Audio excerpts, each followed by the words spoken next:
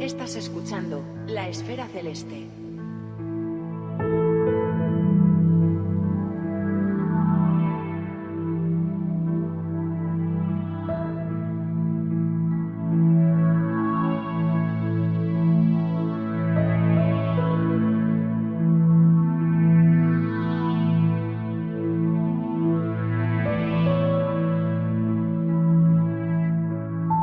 Las capacidades técnicas y tecnológicas de las que dispone la ciencia para escudriñar el universo avanzan activando cada vez más sistemas capaces de observar miles de grados del cielo y generar cantidades ingentes de datos. Desde proyectos de altísima ingeniería y presupuestos de muchas cifras hasta modestos proyectos de monitorización del cielo basados en equipos comerciales. Ante todo esto, podría parecer que una de las labores preferidas de los astrónomos no profesionales, es decir, la observación regular de objetos para generar un histórico de datos que permita describir mejor su comportamiento, se ve amenazada o por lo menos podría tener menos sentido. ¿Pero es esto realmente así o por el contrario el hecho de disponer de más observaciones abre más posibilidades de colaboraciones PROAM? Para entenderlo mejor y sacar algunas conclusiones positivas de todo ello, hemos montado una tertulia con invitados de lujo. Por un lado, llamamos a nuestro amigo Ángel López Sánchez, que nos pone luz a algunos de estos aspectos, desde el punto de vista privilegiado de alguien que conoce muy bien el mundo profesional y el no profesional. Y por otra parte, hemos invitado a Juan Luis González, Ramón Navas y Nacho Novalvos a debatir hacia dónde va todo esto y, como veréis, algunas cosas más.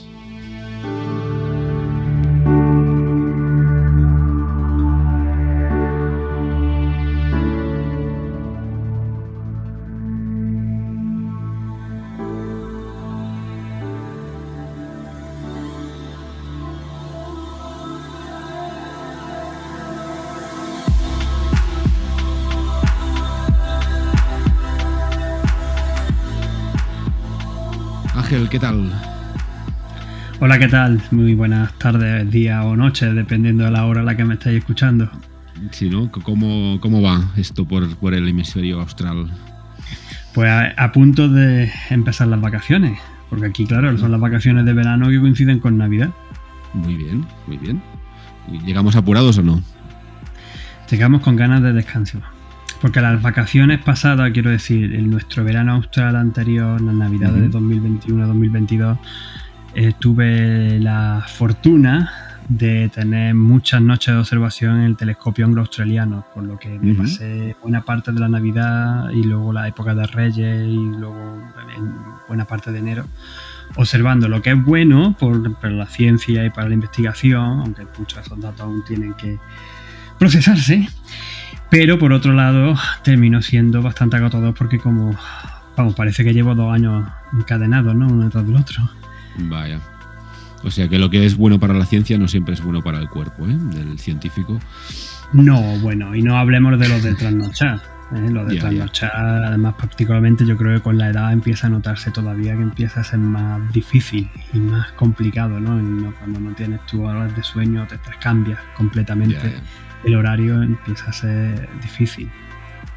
Bueno, pues oye, ya que comentas esto, antes que nada, muchísimas gracias por aceptar la invitación, porque ahora mismo son tus 9 y pico, bueno, casi 10 de la noche, y imaginamos que tendrás ganas de descansar. Y... No, yo no me encantado, ¿no? Estoy encantado de participar con vosotros. Simplemente recordad que las 9:30 o las 10 de la noche, hora de Australia, equivaldrían a la medianoche o quizá incluso más tarde del horario en verano en España. Ajá, claro. Vale. Muy bien, pues oye, vamos al asunto.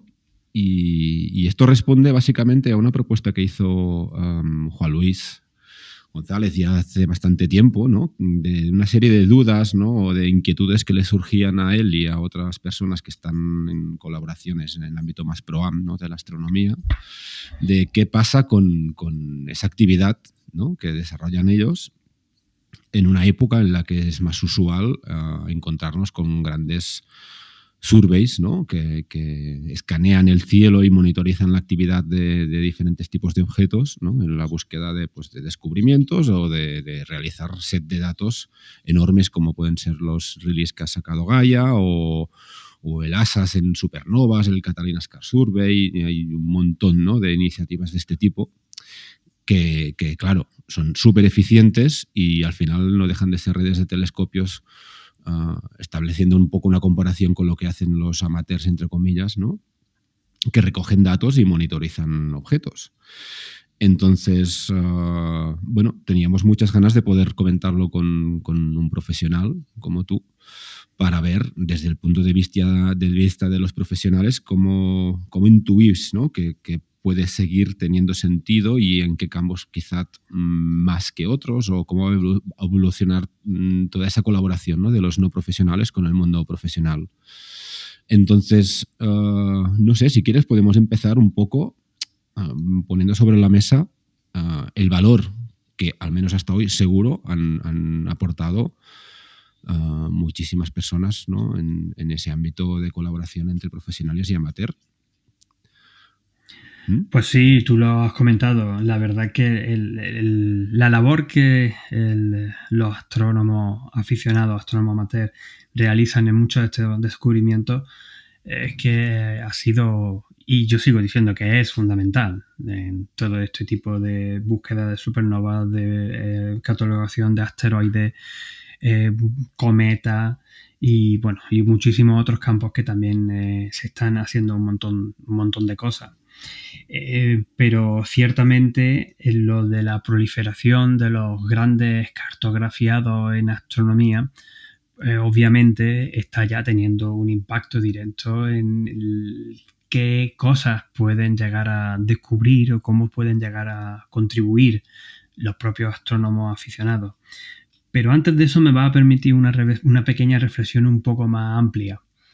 Porque lo de los grandes cartografiados en astronomía no solamente está afectando a los aficionados, a los astrónomos aficionados, sino que es la nueva manera en la que se está dirigiendo la astrofísica profesional, por suerte o por desgracia. O sea, cuando yo miro hacia atrás, por ejemplo, hace 20 años, cuando estaba yo empezando a hacer mi tesis doctoral en el Instituto de Física de Canarias, el tipo de investigación que yo, por ejemplo, hacía, que era una cosa muy concreta, donde yo tenía que ir al telescopio profesional, bueno, escribir la propuesta para conseguir tiempo, a un sitio profesional, un telescopio profesional, conseguir unos datos, procesar los datos, analizar los datos. Bueno, pues todo eso cada vez empieza a ser más raro. Ahora cada vez, pues la gente que está realizando, el joven que está empezando a hacer la investigación en astrofísica, también lo que hace es pertenecer a este tipo de grandes cartografiados, grandes surveys, donde pues se descargan grandes cantidades de datos en internet, y lo más importante para ellos ahora mismo, y esto es una cosa que me gusta, llevo ya años diciéndolo, sobre todo a la gente joven, pero ahora me gusta enfatizar sobre ello, que muchas veces es más importante las herramientas que uno tiene de procesamiento de datos, de análisis de datos, de software, de big data, de programación, Python y R en particular, que los propios conocimientos en astrofísica muchas veces. Entonces no es solamente los grandes cartografiados, tienen unas enormes ventajas, como vemos, también tienen su lado un poco más, no quiero decir oscuro, sino simplemente cómo cambia la cosa, simplemente la evolución, ¿no?, de cómo va cambiando la forma de investigar. En otros tiempos, pues desde luego se hacían otro tipo de proyectos y otras formas, que por ejemplo pues que fuese completamente a mano, ¿no?, cuando se escribía y se hacían los dibujos, no existían todavía estas técnicas simplemente de una SSD ni siquiera, ¿no?, o un fotómetro. Entonces, pues es la forma que tenemos de evolucionar, pongámoslo así. Vale. Sin embargo, cuando ya entramos particularmente en lo que me preguntas y en la duda que muchos de vosotros tenéis, y que yo también tengo, sobre qué es lo que va a pasar con lo de los grandes cartografiados a la hora en la que los astrónomos aficionados pueden contribuir con sus observaciones, pues una cosa que está todavía por ver y por descubrir y por entender completamente cómo puede llegar a ser. Yo sigo siendo defensor de que la contribución de los astrónomos aficionados es clave. Y es verdad que hay muchos cartografiados y cada vez va a haber más, y hay muchos telescopios robóticos que explota o se da un aviso de una explosión de supernova o un RGB o ahora una detección incluso de ondas gravitatorias y se apunta rápidamente al objeto en cuestión. Ya algunos telescopios robóticos son capaces de hacerlo en cuestión de menos de un minuto. Y te están ya haciendo imágenes o intentando encontrar qué es lo que ha pasado. Pero aún así yo creo que... Y que vienen, por ejemplo, también los telescopios estos grandes de gran campo, como el telescopio Vera Rubin, que va a ser capaz de observar todo el cielo en solo unos pocos días, ¿no? En unos campos enormes, ¿no? Con una gran CSD yo no me acuerdo cuántos trozos tiene la CSD, pero son varios centenares de CSD todas conectadas para conseguir un campo enorme en el cielo. Pero yo digo que de todas formas hay cabida y tiene que haberla para los astrónomos amateurs. Posiblemente se tengan que cambiar la estrategia a la hora de observar de alguna manera, y esto habría, como digo, que verlo según cómo vayan pasando.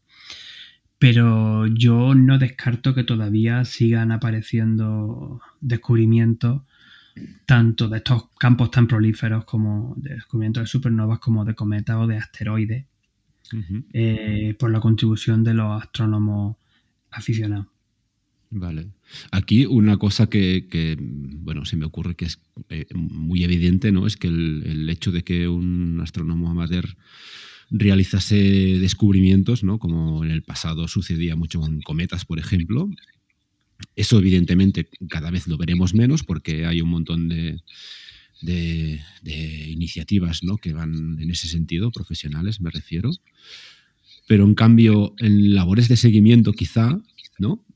Eso mismo. O de confirmación, puede tener incluso más sentido porque es que la cantidad de cielo que se está monitorizando, ¿no? en diferentes aspectos, claro, no sé si sobrepasa en mucho la capacidad de la red de telescopios que no se dedican al cartografiado en poder confirmar o hacer seguimiento o yo qué sé, en generar, por ejemplo, datos para obtener unas efemérides correctas de un cuerpo que se acaba de descubrir, ¿no? Efectivamente. Ahí yo creo que lo estás dando. Creo que uno de los grandes valores que tienen las observaciones por un astrónomo aficionado es que, como lo pueden hacer desde su casa, desde su observatorio remoto o desde cuando se van al campo de la forma en la que mejor puedan, pero es normalmente su instrumental, su telescopio que puedan apuntar donde ellos quieran en el momento que quieran, siempre y cuando las nubes lo permitan, básicamente.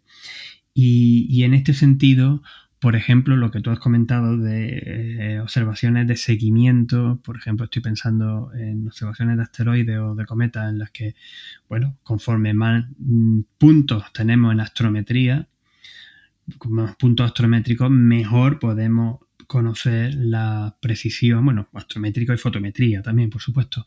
Mejor podemos conocer la efeméride, ¿no? O sea, la trayectoria que va a tener que tiene este objeto. Se pueden redefinir mejor sus datos, sus propiedades y se puede perfilar mucho mejor. Quien dice un asteroide también puede decir incluso algunas veces monitorizar una supernova interesante en la que, muchas medidas de forma independiente, pero de forma contrastada, te van a dar un número más valioso que solamente una o dos, pongámoslo así, por muchas que sea un telescopio muy, muy, muy profundo, que muchas veces no es necesario llegar tan profundo, simplemente son observaciones muy rápidas, pero siempre puede haber alguna cosa por ahí. Por ejemplo, también estoy pensando en un Starlink que se haya cruzado por el campo y haya fastidiado y no se haya dado cuenta a quien sea que está ahí. Entonces, en ese sentido, yo creo que todavía, por lo que digo, ¿no? Que hay motivo de poder seguir realizando este tipo de contribuciones que no sean al mismo nivel en el sentido de que va a ser bastante más difícil de que se puedan hacer descubrimientos propios, pues posiblemente sí. Sin embargo, habrá todavía descubrimientos y habrá todavía una labor interesante y de campos quizás que todavía estamos por terminar de perfilar. Claro, Eso es interesante.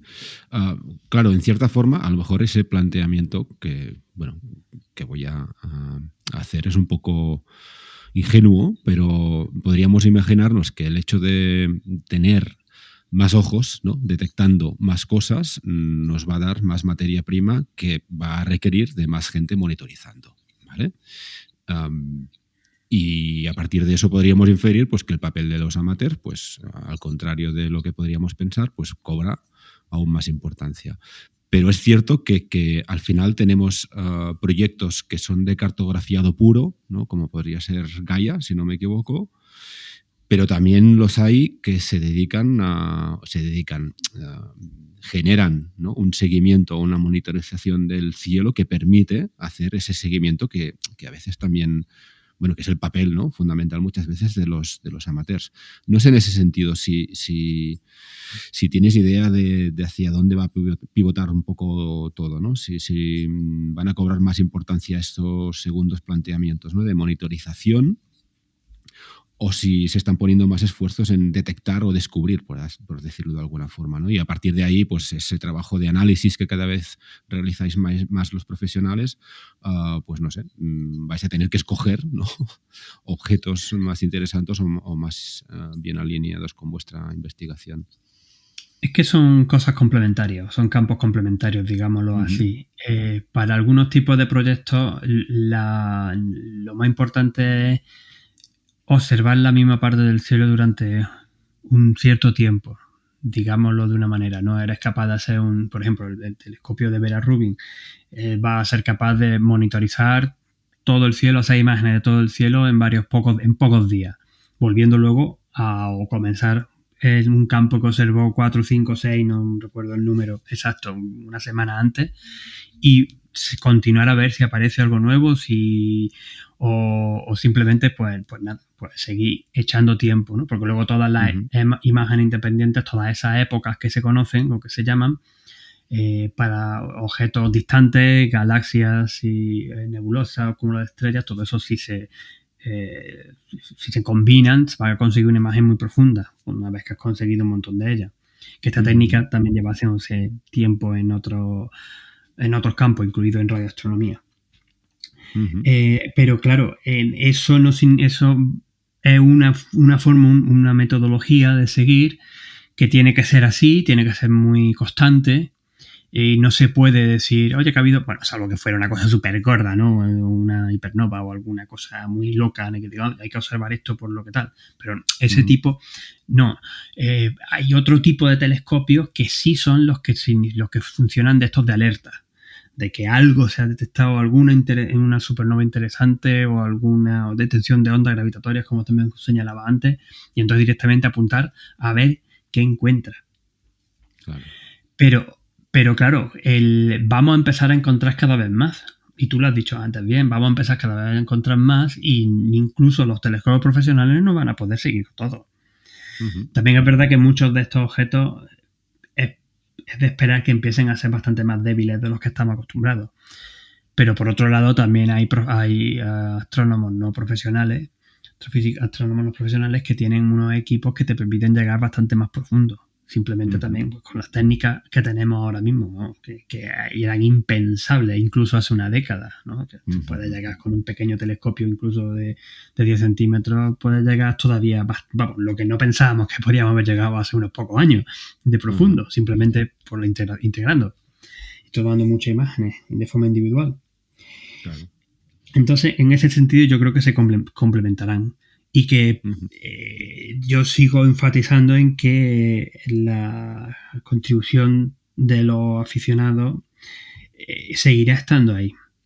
Y quería apuntar también antes que ya no solamente es por lo que estamos, por los métodos, las técnicas que existen o que tenemos en la actualidad y los astrónomos aficionados usamos en la actualidad, sino con otras nuevas incluso que ya se empiezan a retomar o se empiezan a tener de forma más rutinaria o con un poquito más de control mediante con los astrónomos aficionados, que me estoy refiriendo particularmente a la espectroscopía. Que ahí es otro campo todavía a explorar que ya creo que te lo comenté en la vez anterior que estuvimos charlando, sí. Porque va a dar pie también a encontrar muchas cosas raras. Y eso va a ser, ya empieza a ser tanta información que, bueno, que va a ser más complicado incluso llegar a que un profesional le pueda estar viéndolo todo, digámoslo así, ¿no? Claro. Oye, estamos hablando de cosas como muy macro, ¿no?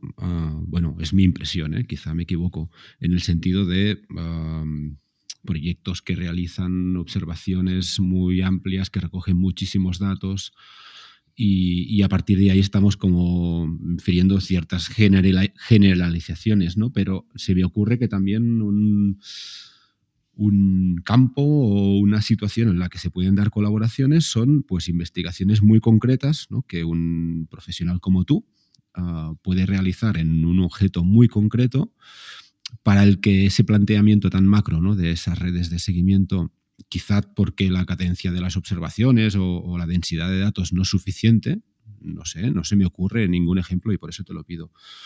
Y ahí disponer de una colaboración con y eso lo podemos hablar también, con 2 o 3 observadores cualificados, por decirlo de alguna forma, ¿no? Que también permita trabajar bien con esos datos, porque al final todo eso tiene que ser muy estable.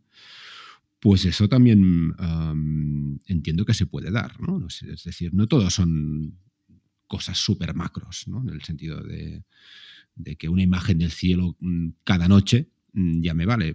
Hay espacio para cosas así un poco más de nicho, más concretas, ¿no? Más selectivas, quizá. Pues claro que sí. De eso, esos son muchos de los programas ya ProAm más específicos, ¿no? En los que básicamente un grupo de astrofísicos que necesitan un tipo de observaciones en concreto y se ponen en contacto con los astrónomos aficionados para ayudar en este proceso.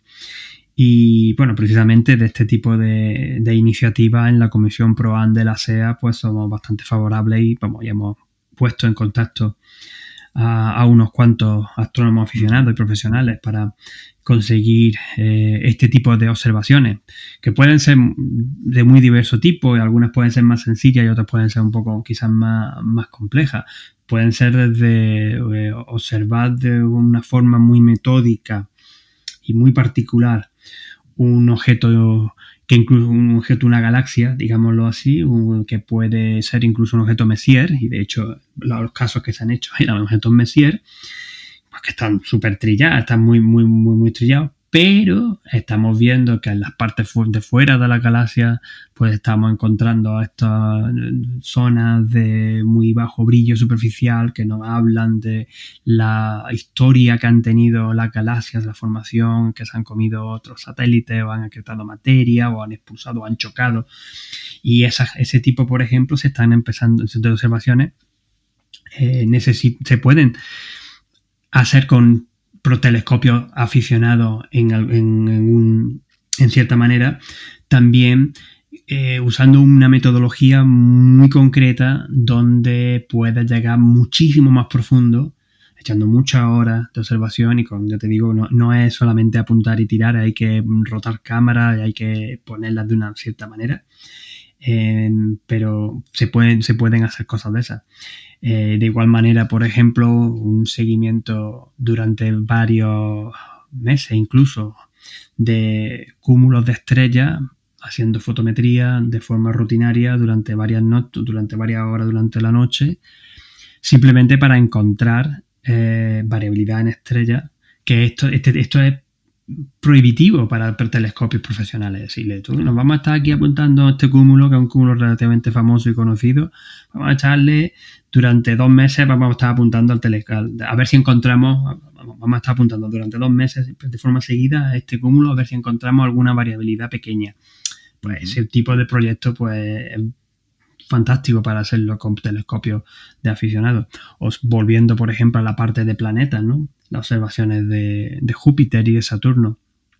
Y ahí me encanta porque los ponemos en contacto con, por ejemplo, con Ricardo Hueso, que ha hecho montones de... colabora extensamente con los astrónomos aficionados, ¿no? Y en busca de estas variaciones en la atmósfera de los planetas gigantes, y que incluso, por ejemplo, un programa de la sonda Juno con JunoCam necesitaban este tipo de observaciones de astrónomos aficionados para ver qué zona era la más interesante de Júpiter para observar cuando estaba haciendo un sobrevuelo la sonda Juno sobre Júpiter.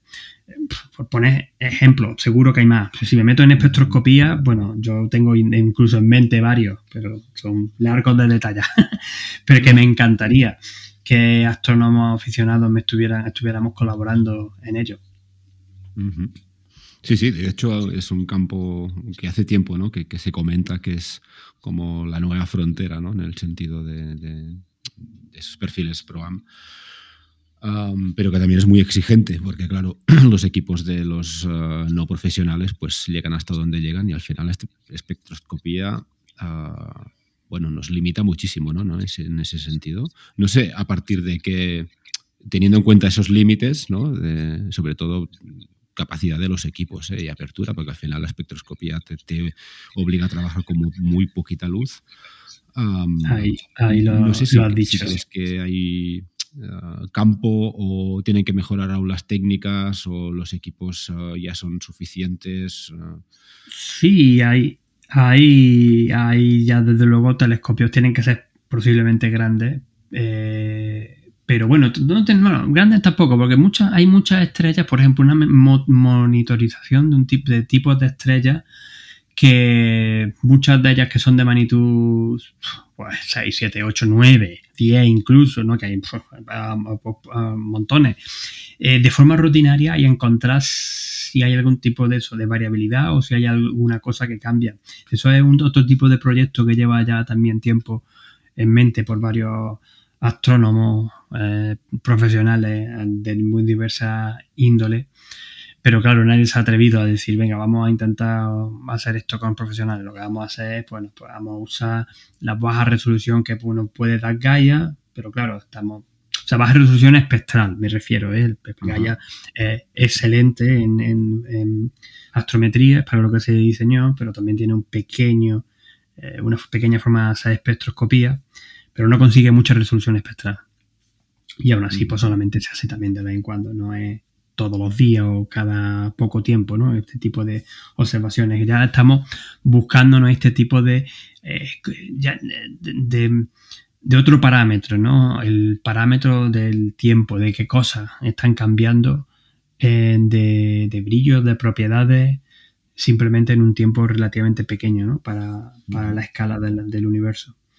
Ahí hay más cosas, de luego. Bueno, simplemente si se pudieran también conseguir con cuidado, se me está ocurriendo según hablamos, espectroscopía de cometas de forma rutinaria, el mismo cometa, no solamente conseguir la astrometría, sino conseguirle un espectro y ver en el espectro si conforme cómo va evolucionando, ¿no? el espectro según el cometa se va moviendo.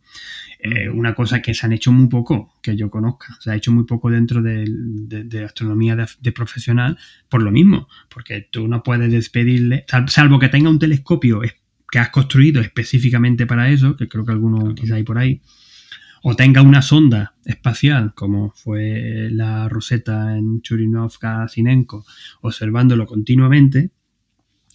Eso normalmente no se hace. Normalmente lo que se observa, pues venga, vamos a apuntar a ver qué tiene, y en lo que se le saca el espectro y consigue pues unos pocos espectros varios días de forma profesional de un cometa, pero no de forma rutinaria durante toda la trayectoria. Otro ejemplo que se me ocurre, ¿no? Vale, muy bien. Y oye, ahora conforme hablábamos, bueno, me surgía a mí también una duda, ¿no? Cuando antes comentabas que cada vez más el perfil de los profesionales, no diré que coge un papel menos observador y más analista, porque al final el análisis de datos ha sido siempre una parte fundamental de vuestro trabajo, pero hay el riesgo de que el hecho de disponer de cada vez más cantidad de datos, ¿no? Y en cierta forma obligaros a trabajar más en un concepto de Big Data, ¿no? Y de análisis de datos enormes, os facilita o os aparta del hecho de trabajar con proyectos más específicos quizás en el comportamiento de un objeto concreto y al contrario os deriva a intentar inferir, no sé, generalidades o un perfil de actividad en base a muchos datos de, por ejemplo, estrellas similares, ¿no? En ese sentido. No sé si entiendes un poco la pregunta. Sí, entiendo perfectamente lo que estás preguntando, porque es una de las preguntas que nos llevamos haciendo algunos bastante tiempo. Yo creo que deberían también complementarse ambos tipos de investigaciones. No hay que... no puede negarse que en la época en la que estamos con los grandes datos, grandes cartografiados y las grandes propiedades, por ejemplo, que se están obteniendo tanto en estrellas, observando en la Vía Láctea, que se están encontrando montones de sorpresas que antes no se esperaban, o en galaxias, o en la propia entender mejor cómo funcionan y cómo evolucionan las galaxias.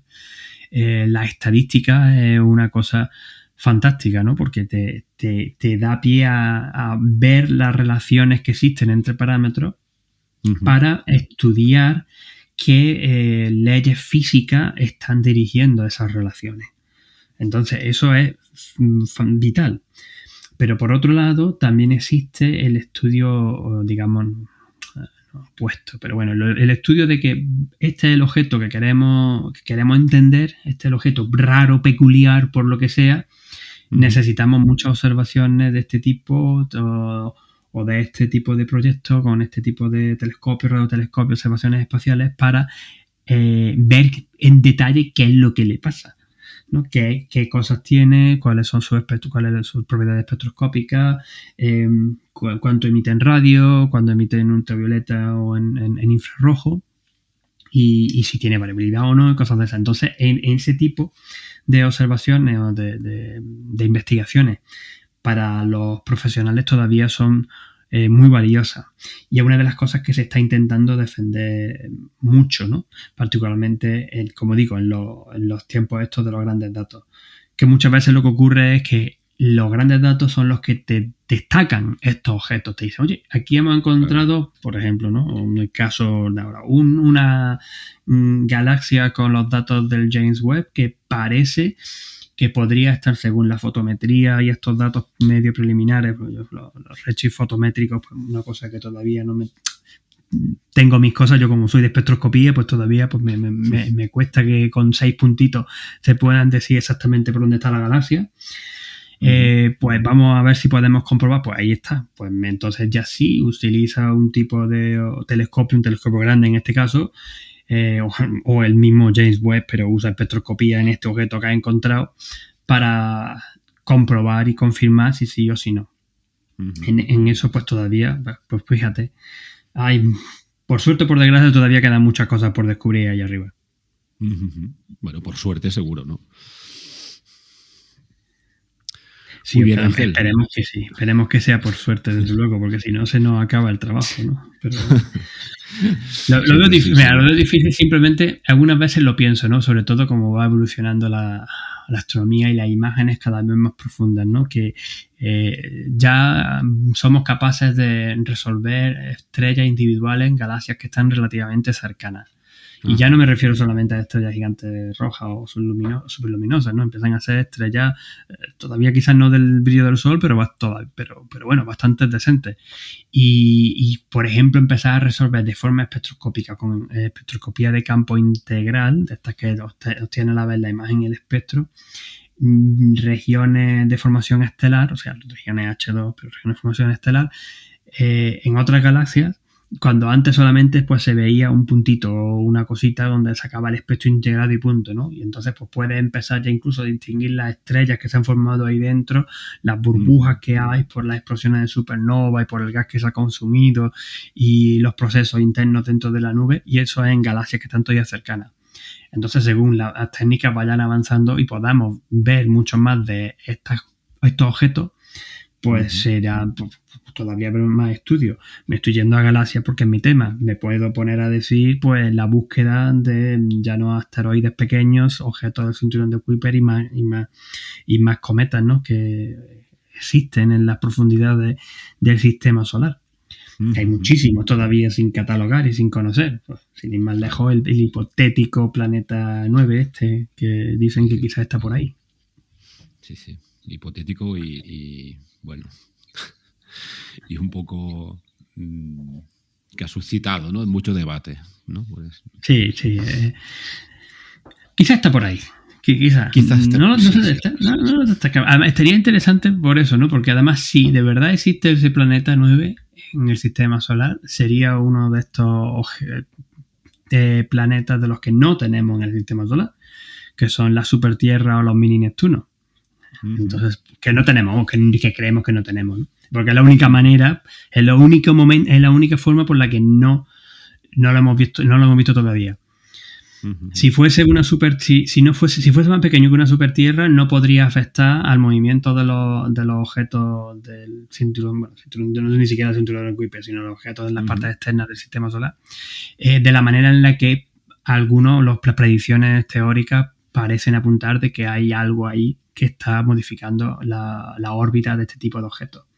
Y si fuese más grande, si fuese un tipo Júpiter, o bueno, incluso más pequeño, Saturno, Júpiter, pues ya lo habríamos visto, ya habría aparecido. Entonces, pues está en ese rango ahí misterioso, pues es una cosa bastante chula que pues, sí, que podría estar ahí.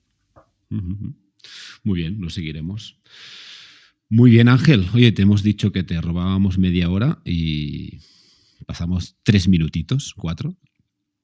Ya te dejamos descansar ya. No, sí. Pero yo encantado. Esto ya sabéis que siempre podéis contar conmigo a pesar de la hora, pero lo hago con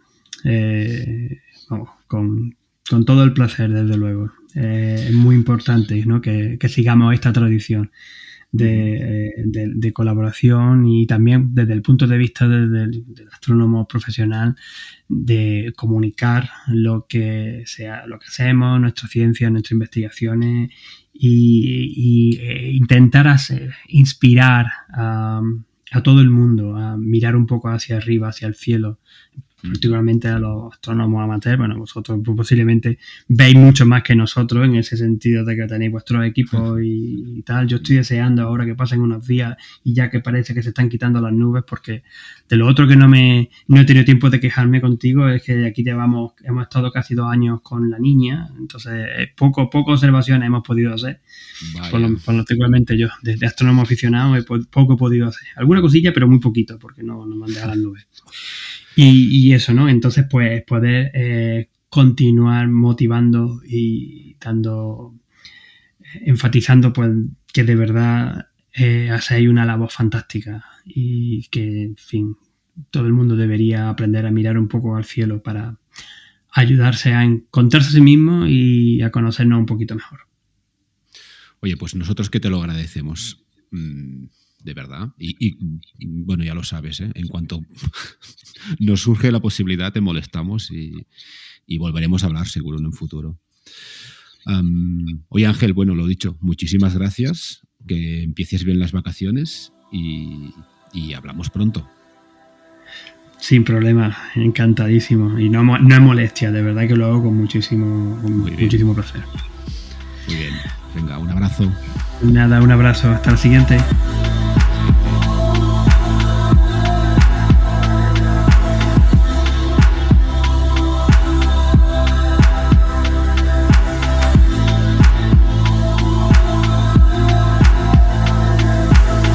¿Cómo estáis?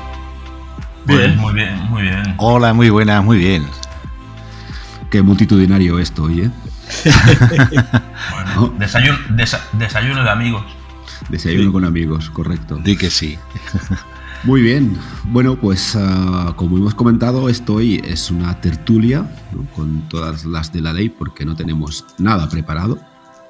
Lo único que sí que tenemos es a Ángel, ¿no?, que hemos escuchado dándonos su punto de vista como profesional en torno a unas dudas que os surgen a todos y que no diré que especialmente, pero la idea al final surgió de Juan Luis, ¿no?, de cómo está el panorama, ¿no?, y cómo va a estar el panorama PROAM en una época en la que cada día es más usual ver a grandes proyectos de cartografiado, de seguimiento de objetos, ¿no?, que son, bueno, a mí me parecen cosas distintas, ¿eh? Si queréis podemos discutirlo. Sí. Pero al final eso genera montones y montones y montones de datos para estudiar, ¿no? Objetos. Y esa es una de las actividades que tradicionalmente han hecho los astrónomos no profesionales, ¿no? Que al final es generar muchos datos de un objeto porque se sigue, y a partir de ahí la comunidad científica utiliza esos datos para sacar sus conclusiones. Para empezar, no sé si queréis no sé, hacer un estado de la cuestión, ¿no? En vuestros casos particulares, si estáis metidos en algo, yo sé algunas cosas, ¿eh? Pero si queréis destacar, aparte de la meteorología y de sus inclemencias, ¿no? Los días en que no os dan la vara a las nubes, ¿cómo tenéis ese panorama? ¿Quién quiere empezar? Bueno, por alusiones yo. Venga, Juan Luis, correcto. Así rompo el hielo. Muy bien. Bueno, pues siempre hay proyectos, siempre hay ideas y bueno, como formamos parte del grupo ¿no? De observadores de supernova, que cada vez, como decíamos creo que la última vez que participamos en la esfera celeste, cada vez somos más observadores de cosas y menos de supernova. Pero bueno, sí, tenemos proyectos en marcha y entonces, bueno, pues sí, además proyectos de colaboración PROAM, ¿no? Con esta astrofísica italiana, bueno, que trabaja en España, Ana Francesca Pala. Entonces, bueno, tenemos ahí en marcha esta campaña de observación de novas enanas, ¿vale? Y entonces, bueno, pues yo creo que nos tiene entretenidos, ¿vale? Porque, bueno, era una campaña inicialmente que duraba un año, finalizaba este verano, finales de verano, pero luego se ha prorrogado un año más, ¿no? Con lo cual tenemos todavía un montón de objetos para observar. Es cierto que quizás están siendo poco seguidos, o sea, no está teniendo el seguimiento de la primera campaña, pero bueno, es que efectivamente el tiempo no se está portando especialmente bien, ¿no? Eso así, digamos, por lo que se refiere a trabajos así de grupo, ¿no? Trabajo grupal. Luego, así más a título personal, bueno, pues siempre también hay algún proyecto motivado por las nubes, sobre todo, ¿no? De, bueno, aprovechando los datos de observadores de supernovas, nos ha dado por probar y, bueno, y esperamos poder contar novedades, ¿no?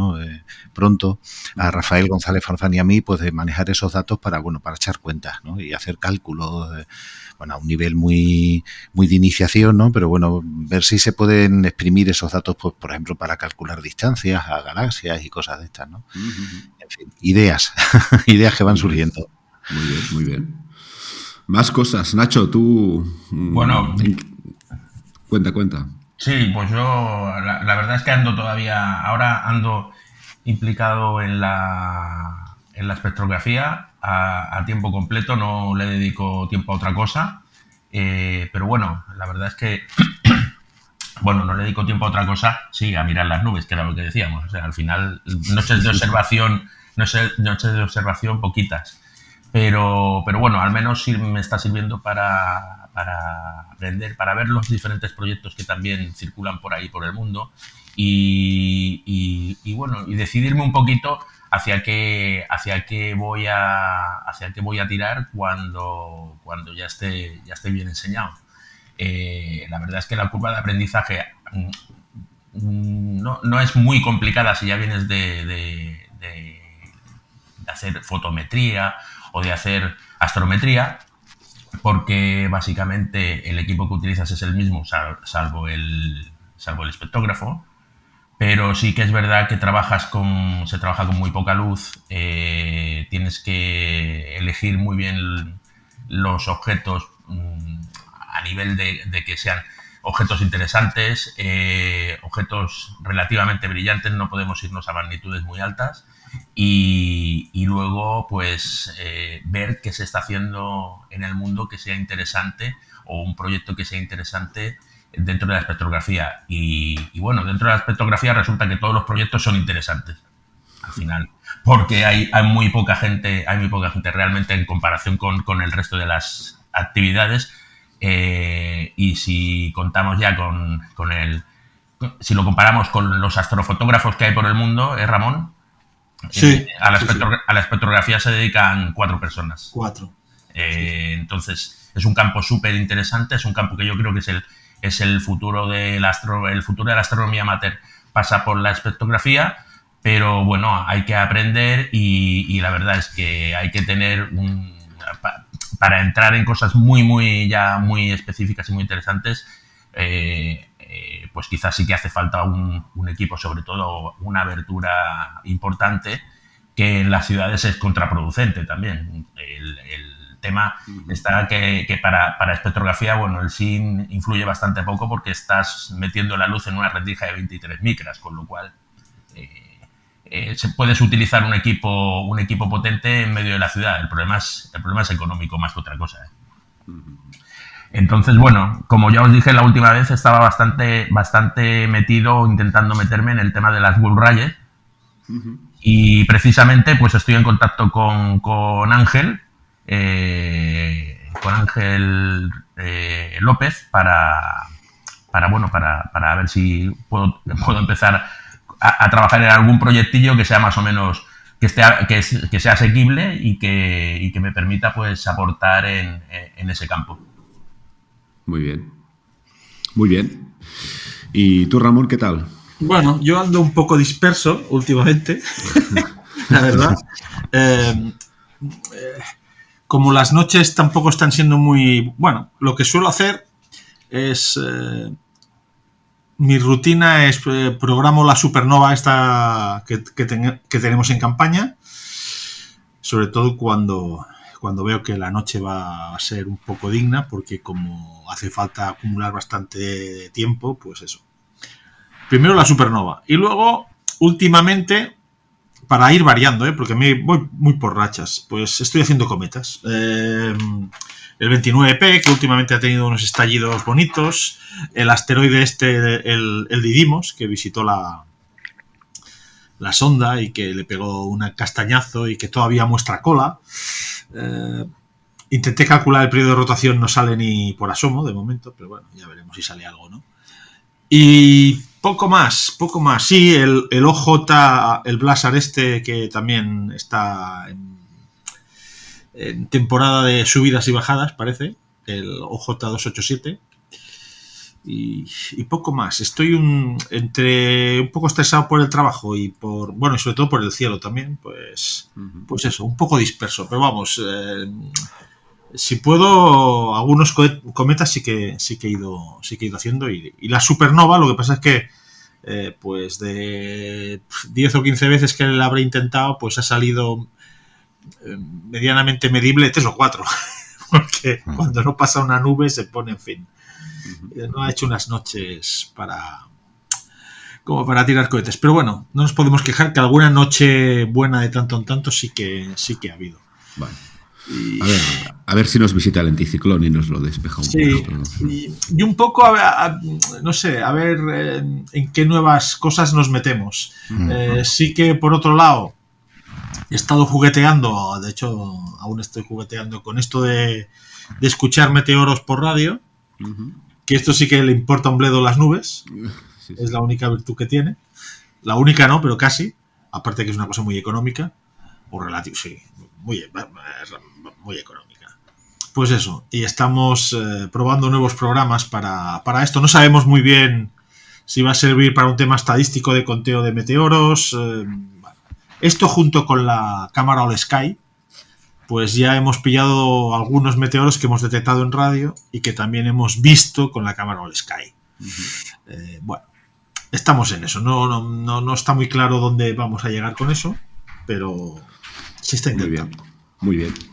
Oye, ¿os parece si vamos a intentar concretar un poco ese, no voy a decir temores, Juan Luis, pero esas sospechas de que estos macroproyectos, ¿no? Estos surveys y esta densidad de proyectos que al final siguen el cielo, ¿no? Y que en cierta forma reproducen la tarea de muchos astrónomos no profesionales durante muchos años, puede, es que, a ver cómo lo digo, amenazar no sería la palabra, pero hacernos dudar al menos, ¿no? De que nuestro trabajo siga sirviendo para algo, ¿no? Y eso quizás un poco exagerado, y más oyendo a Ángel, que bueno, da bastantes argumentos para pensar que no, porque al final lo que están haciendo es abriendo cada vez más ventanas, ¿no? A más oportunidades, es una forma de leerlo al menos, pero definamos un poco por qué surge esa duda, ¿no? No sé qué quiere pasar, ¿eh? Bueno, sí. Esto es ha pasado. Sí, ha pasado desde siempre, en realidad, ¿eh? En cada etapa, yo veo que es como cíclico. En cada etapa, cada nuevo instrumento que se ha puesto en órbita, cada nueva de esto, dice, no, es que los aficionados ya no tendremos nada que aportar. Bueno, hay muchas maneras de verlo, ¿eh? Una de ellas es, primero, hay que observar porque disfrutes haciéndolo. Porque luego también es cierto que hay gente que dice, no, es que yo voy a hacer una tarea muy científica y tal. Digo, ojo, que al final, si tu única pretensión es, pues, eso, que te tengan en cuenta, aportar, está muy bien, ¿eh? Pero te puedes llevar cierta frustración de que, bueno, que tampoco es que nos hagan mucho caso. A veces sí, a veces no. O sea que yo, para alguien que se iniciara, lo primero diría, no, disfruta con lo que haces. Si además sirve, ostras, bienvenido sea, ¿no? Pero ya digo, yo recuerdo casos de gente que hacía planetaria y que hace planetaria, que cuando, pues eso, las Voyager ya llevan unos cuantos años, cuando las Voyager llegaron a Júpiter, más de uno se frustró y digo, bueno, ya no hace falta hacer planetaria nunca más. Bueno, las Voyager pasaron por ahí, han pasado otras sondas, pero no están perpetuamente mirando Júpiter. Hay aficionados que en Marte mismo pues han descubierto que sin nubes altas y tal, y mira que en Marte ahora hay cantidad de cacharros profesionales observándolo desde allí, ¿no? Pero de tanto en tanto, pues bueno, pues los aficionados pueden aportar cosas simplemente por la rutina machacona de que siempre estamos observando.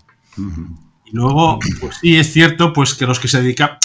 lo que sí es cierto es que hay algunas áreas que pueden haber... pues eso, resultar un poco frustrantes, por ejemplo, los que para descubrir asteroides. Algún aficionado que aún se lleva, alguno logra descubrir actualmente alguno, ¿no? Es cierto que aquí se ha puesto muy complicado y muchos ya casi lo han dejado correr. Entonces, si te dedicas exclusivamente a una única cosa, puede ser que tu área en la que te dedicabas, pues tu trabajo no muestre los éxitos o los resultados que tenías antes, pero siempre salen cosas y con todas estas nuevas tecnologías y surveys, al final, pues muchas veces hará falta, pues, observaciones de aficionados, ni que sean para que estadísticamente digan si las cosas van por aquí o por allá. Pero fundamental, lo que hace falta es que unos buenos profesionales nos digan o se nos acerquen y nos digan, esto nos interesa, podríais colaborar, que esto a veces es lo que falta. Nosotros no será por ganas, pero a veces, pues eso, falta que los profesionales, falta no, porque ya hay algunos que lo hacen, pero ¿se podría hacer más? Pues seguramente. Y los canales entre profesionales y aficionados, pues aún están verdes. Siempre hay los 4, 5 o 20 profesionales que tienen muy buen contacto con los aficionados y ahí no hay problema, pero luego ves cantidad de cosas que dices, ostras, si esta gente supiera que existimos, pues igual, en fin, es difícil. Yo coincido con Ramón ya desde el punto de partida. O sea, es verdad que quizá nosotros tenemos una visión pues muy nuestra, ¿no? Muy de astrónomos aficionados y pensamos que a lo mejor lo que hacemos tiene un alcance a veces mayor, ¿no? Porque tenemos datos científicos, nos emocionamos viendo curvas de luz, pero realmente es cierto que los astrónomos profesionales, el caso que nos hacen es muy relativo. Yo creo que nos miran a veces un poco como algo excéntrico, ¿no? Como algo... Sí. En fin, una cosa curiosa que estamos ahí, fíjate qué curioso, han descubierto alguna vez una supernova, pero yo creo que la inmensa mayoría de los profesionales tienen un desconocimiento enorme de lo que hacemos. Ojo, que tampoco tienen obligación de hacernos caso, ¿eh? O sea, parto de ahí, o sea, no es que yo venga reivindicando aquí como una especie de lucha, ¿no? Pero yo creo que hay un desconocimiento absoluto. Sí, y esto que voy a decir igual no es muy popular, ¿no? Dicho por parte de alguien que vive aquí, pero yo creo que en el caso de España es especialmente visible. Sí. Yo creo que hay países donde hay una muchísima mayor tradición de colaboración y, bueno, si por ejemplo uno ve los foros de la APSO, no te digo cada semana, pero varias veces al mes hay peticiones de astrónomos profesionales, hombre, sobre todo de universidades así pequeñitas, ¿no? Del medio oeste, un país enorme, ¿no? Con muchas universidades, pero ya digo, cada mes surgen propuestas de observación y petición de datos, ¿no? Para campañas concretas. Aquí, hombre, también es cierto que nuestra comunidad astronómica es más pequeña, ¿no? España, aunque es un país con mucho potencial astronómico, el cuerpo de astrónomos profesionales españoles es menor y por tanto pues también pueden surgir, ¿no? Aunque sea de forma cuantitativa, menos propuestas, pero yo creo que de entrada un poco ponernos los pies en el suelo, ¿eh? Tampoco yo escucho podcasts hechos por astrónomos profesionales y cuando oigo hablar de los aficionados a veces se me ponen los pelos de punta porque digo, madre mía, qué poquito saben lo que hacemos, ¿no? Porque piensan que todos nos dedicamos a mirar la luna por la noche y ya está, ¿sabes? Y con el ojo puesto en el ocular. Bueno, en fin. sí, yo creo que es una diferencia que hay entre bueno, no es un problema, pero esta diferencia parte de que el astrónomo aficionado serio sí que se mira y se lee y hace seguimiento de los proyectos profesionales. O sea, al final, cuando un tema te interesa, tú lees papers que se han editado a nivel profesional, te informas del seguimiento de los objetos, del proyecto. Claro, el profesional no hace eso. El profesional nunca va a mirar una referencia de un aficionado.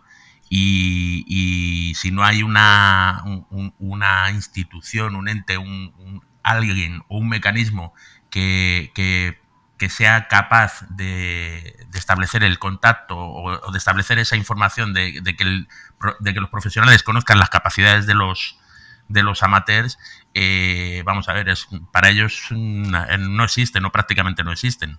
Son casos muy puntuales que al final vosotros ya sabéis que pues teníais razón. O sea, al final son 20, Ramón me parece que dice son 15 o 20, pero es verdad, son siempre los mismos. Los mismos, 20, siempre son los mismos. Sí. No, luego... y llama la atención de que te hagan más caso o que te pidan colaboración pues un astrónomo chino, tailandés o en fin, alemán, que no conoces de nada. Y que gente que de aquí, que más o menos, y que dices, ostras, es que de aquí no te dicen nada, y en cambio, pues, astrónomos chinos que se han interesado por cosas de exoplanetas y, en fin, es un poco loco. Lo que sí veo que funciona bastante son, pues webs tipo, pues, esta ETD o esta ExoClocks, donde la gente, los aficionados cuelgan cosas, pues sí que luego hay una serie de profesionales que parece que se fían de estos sitios y acaban contactando contigo, ¿no? A veces, bueno, a través de un intermediario, pero es la manera, es que la verdad es Ramón, difícil. mira caso curioso, ¿te acuerdas el paper en el que participamos con la famosa supernova esta, ¿no? ¿Cómo se llamaba? Sí. La supernova de la vaca, como era COU, ¿no? Sí. Le llegué a preguntar al astrónoma que nos pidió los datos que cómo nos había encontrado. Y dijo que muy fácil, que hizo un rastreo por internet. Puso curva de luz, supernova tal. Y dice, y a la parte de arriba estáis vosotros. Dice, por eso me animé a contactar. Sí, ¿no? O sea, sí. Así, o sea, de sitios tan lejanos y tan poco, incluso culturalmente, ¿no? Cercanos a nosotros, pues a veces pues es por pura casualidad, ¿no? Porque ya digo, hay una mucho cosa desconocimiento. que nos conviene, o sea, que nos ayuda de alguna manera. Que es que muchos métodos de búsqueda son por volumen. Entonces, cuando haces bastante volumen de trabajo, sea el que sea, pues es fácil que te localicen, o más fácil que te localicen.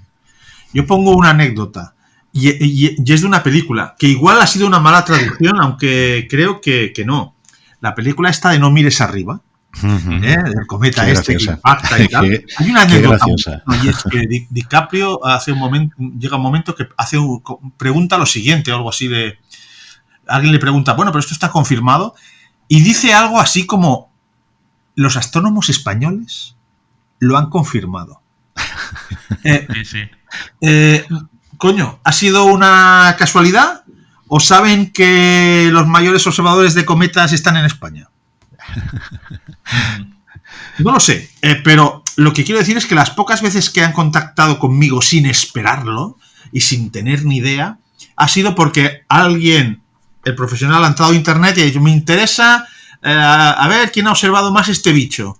Pues entra y claro, y te ve y contacta contigo por ese motivo. O sea, que quiero decir que a veces, y esto es muy americano, así como quizá nosotros nos movemos más por amistades o porque conoces, te fías del que conoces y lo llamas, fuera dicen, vale, no tengo ni idea de este sector, voy a buscar en Google quién hace esto. Ah, pues resulta que este grupo, que no sé ni quién literalmente son los que más... Y contactan por ese motivo.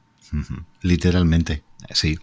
A mí, Pep, si te sirve, ya que comentabas un poco de ese temor, ¿no?, que a veces hemos tenido o tenemos de forma recurrente, como bien dice Ramón, porque esto no es nada nuevo, a mí personalmente el miedo me lo metió en el cuerpo Julio Castellano. Uy, sí, es que Julio eso lo arrastra ya. Es muy crítico. A mí me lo metió, sí, a mí Julio me lo metió, yo no sé si fue en un congreso estatal de astronomía, yo sí fue el de Madrid, que un día bajé de la habitación a desayunar y estaba él allí, yo no había hablado mucho con él hasta ese momento, y me senté a desayunar con él y me vino a decir, me echó un jarro de agua fría como diciendo...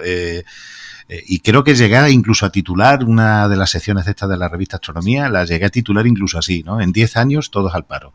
Porque decía, bueno, pues sí, tú sabes que Gaia, me dijo, así con esa seriedad, ¿no?, que le caracteriza, y más recién levantado, ¿no? ¿Tú sabes lo que es Gaia? Digo, sí, algo he leído. Dice, pues vamos, prepárate. Me vino a decir, ¿no? O sea, sí. Y recuerdo también unas jornadas del Planetario de Castellón, que estuve allí también, y alguien nos habló de Gaia, o sea, uno de los astrónomos que estaba trabajando en Gaia nos dijo qué esperaban de eso, y bueno, recuerdo los ojos de Julio diciendo, no, esto se ha acabado. Sí. Y es verdad, o sea, es cierto, y lo decía antes Ramón, ¿no? Y bueno, y Ángel también, ¿no? Quizás yo es la conclusión que saco de lo que comentaba Ángel, ¿no? Hay que reinventarse, continuamente nos estamos reinventando, porque la verdad que nosotros tenemos esa flexibilidad, es decir, con bajos presupuestos podemos adaptar los equipos porque más que adaptar el equipo es adaptar los campos de trabajo, ¿no? Y las formas de trabajar. Entonces es cierto que o nos reinventamos o... Yo, que siempre he sido variabilista, desde que tenía un pequeño telescopio y lo hacía visualmente siendo adolescente, ¿no? Pues la verdad que cuando empecé a ver los datos que se iban publicando, los datos que liberaban cosas como ASAS SN, ASAS, Pan-STARRS, todos estos enormes urbes gigantescos, la verdad que he pasado periodos de bajón tremendo. Digo, no tiene ningún sentido hoy por hoy dedicarte a seguir estrellas variables si partimos del supuesto de que quieres, digamos, aportar algo novedoso. Porque, por supuesto, como dice Ramón, esto hay que hacerlo porque nos divertimos, punto. O sea, ese debe ser el punto de partida. O sea, nada tiene sentido si no lo hacemos porque nos gusta, ¿no? Y a mí me gusta ver una curva de luz, y eso me gusta más que ver la astrofotografía más alucinante de M42. Pero bueno, dando eso por supuesto que lo hacemos porque nos gusta, si además quieres tener el plus, el añadido de que, bueno, de que esto igual va a una base de datos que puede ser útil a alguien, la verdad que hoy por hoy, sinceramente... no tiene mucho sentido seguir una variable archiconocida o incluso poco conocida. O sea, lo que decía antes Ramón, ¿no? Intentar descubrir un asteroide hoy día es algo épico. O sea, alguno cae de vez en cuando. Yo, de lo que quizás más controlo, supernova. Es cierto que hay amateurs que siguen descubriendo supernovas, ¿no? Bueno, casi más que amateurs en plural, ¿no? Diríamos eso, que hay uno, ¿no? Está Koichi Tagaki, que el tío sigue, ¿no? Y no van a poder con él, ¿no? Y de hecho tú ves los números de supernovas descubiertas en los últimos años por aficionados, y las comparas con los que descubrían en los años 80 y el número es similar. Andamos ahí en torno a 100 supernovas. Claro, ¿cuál es la diferencia? Que antes esas 100 eran el 80% de los descubrimientos de supernovas. Hoy es el 1% de los descubrimientos de supernovas, porque es que, y bueno, y Jordi lo sabe, ¿no? Jordi Camarasa, ¿no?, que ha participado muchas veces en el programa, sabe que incluso ha tenido alertas de algo que por días se lo han pillado, ¿no? Y es que hoy por hoy, la verdad que si alguien quiere aportar algo realmente novedoso, observando variables, observando asteroides o cometas, la verdad que lo tiene muy complicado. Muy complicado. Pero una cosa. Así nos reinventamos, ¿no? O sea, hay que reinventarse y dime. No, yo lo digo para recuperar una duda que me surgió a mí hablando con Ángel, y que me llevaba a pensar que esto, en cierta forma, más que irse al paro, ¿no? Como decía Julio, Sí. y por mucho Gaia que haya, quizá lo que al final esto genera es un cambio de paradigma, ¿vale? Y no Claro, sé si voy a claro. decir una tontería, pero al final, como más frentes y más amplios y más lejanos puedan tener los profesionales, muchas más oportunidades de propuestas, ¿no? Para trabajar objetos con una cadencia súper alta que quizá antes, por no disponer de esos medios y de esos datos, no se daban o no se daban en tanto volumen, ¿no? Es decir, puede pasar que en los próximos años haya más profesionales dedicados a campañas súper concretas en las que sí tiene mucho sentido dedicarle muchas horas, ¿no? Y seguimientos con datos muy densos, cuando antes esto quizá no pasaba pues porque no tenían una base sobre la que detectar esos objetos. No. Desde luego que el trabajo de los profesionales también está cambiando, lo decía Ángel, y es cierto, o sea, no nos pasa a nosotros, le pasa a toda la astronomía. O sea, vosotros pensad por un momento cuando el LSST, bueno, el Vera Rubin, que se llama, ¿no? Ahora, cuando este telescopio se ponga en marcha, en fin, con la CCD que tiene de 3,2 gigapíxeles, que tiene un campo de 3,5 grados, todas las noches, a todas horas funcionando, la inmensa cantidad de datos que eso va a generar, bueno, va a dar para miles de tesis doctorales, ¿sabes? O sea, va a ser espectacular. Entonces sí, o sea, cada vez, y lo decía Ángel, ¿no? Ahí vuelvo a hacer referencia a lo que él decía, cada vez va a haber más profesionales que son menos observacionales y más de uso de, bueno, lo que nosotros llamamos data mining, ¿no? Digamos, ¿no? Extraer datos. Algo que en las dobles, ¿verdad, Nacho? Siempre ha sido una de las cosas clásicas. Bueno, era una de las cosas clásicas que el coco era Gaia en su momento, ¿te acuerdas? Sí, claro, y decíamos, claro. uy, Gaia. Bueno, pues Gaia quizás lo que no te permite. Gaia además trabaja en unas profundidades que los aficionados pues difícilmente llegan también, ¿sabes? Hay un campo que yo creo que los aficionados creemos que tenemos vetado, y seguramente solo es por falta de ambición o por falta de que no hemos sabido unirnos como otros grupos de aficionados, y quizá tampoco tenemos el prestigio de... Me refiero a... Entre los aficionados no entra en la cabeza decir, oye, pues se podrían juntar todas las agrupaciones de España, de Europa o de medio mundo y poner un pequeño telescopio en órbita, por ejemplo.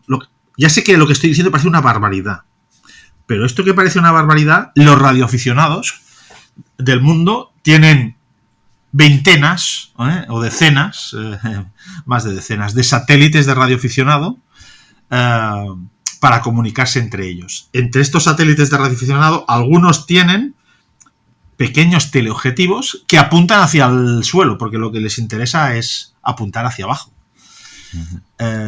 Estos satélites, lo que cuesta, aparte de hacerlos, es ponerlos en órbita. Pero como se considera algo de... ¿Cómo diría? De un bien social y demás, pues las compañías que lo ponen en órbita, normalmente la NASA o la ESA, solo cobran un pequeño porcentaje de lo que es poner los explosivos para que el microsatélite este se separe del resto. Es decir, que hay una serie de campos que ni se nos han pasado por la cabeza, pero que otro tipo de aficionados que no tienen nada que ver con la... Tanto, de verdad que jamás se me hubiera ocurrido, Ramón. ¿Qué han hecho? Madre mía. Bueno, eso es lo que hablabas tú antes, Juan Luis, la innovación, ¿no? El irse renovando, el ir viendo nuevos campos, porque al final estos grandes surveys que no están reñidos, yo creo que no están reñidos con la continuidad del amateur, del trabajo de amateur, porque al final, como dice Ángel, ¿no? O sea, lo que se genera, lo que se están dedicando los profesionales ahora y estos grandes surveys es a generar una cantidad de datos ingentes, que yo creo que va a llegar un momento en que van a tener sobreinformación, o sea, van a tener más información de la que se puede gestionar. Uy, sí, ¿sabes?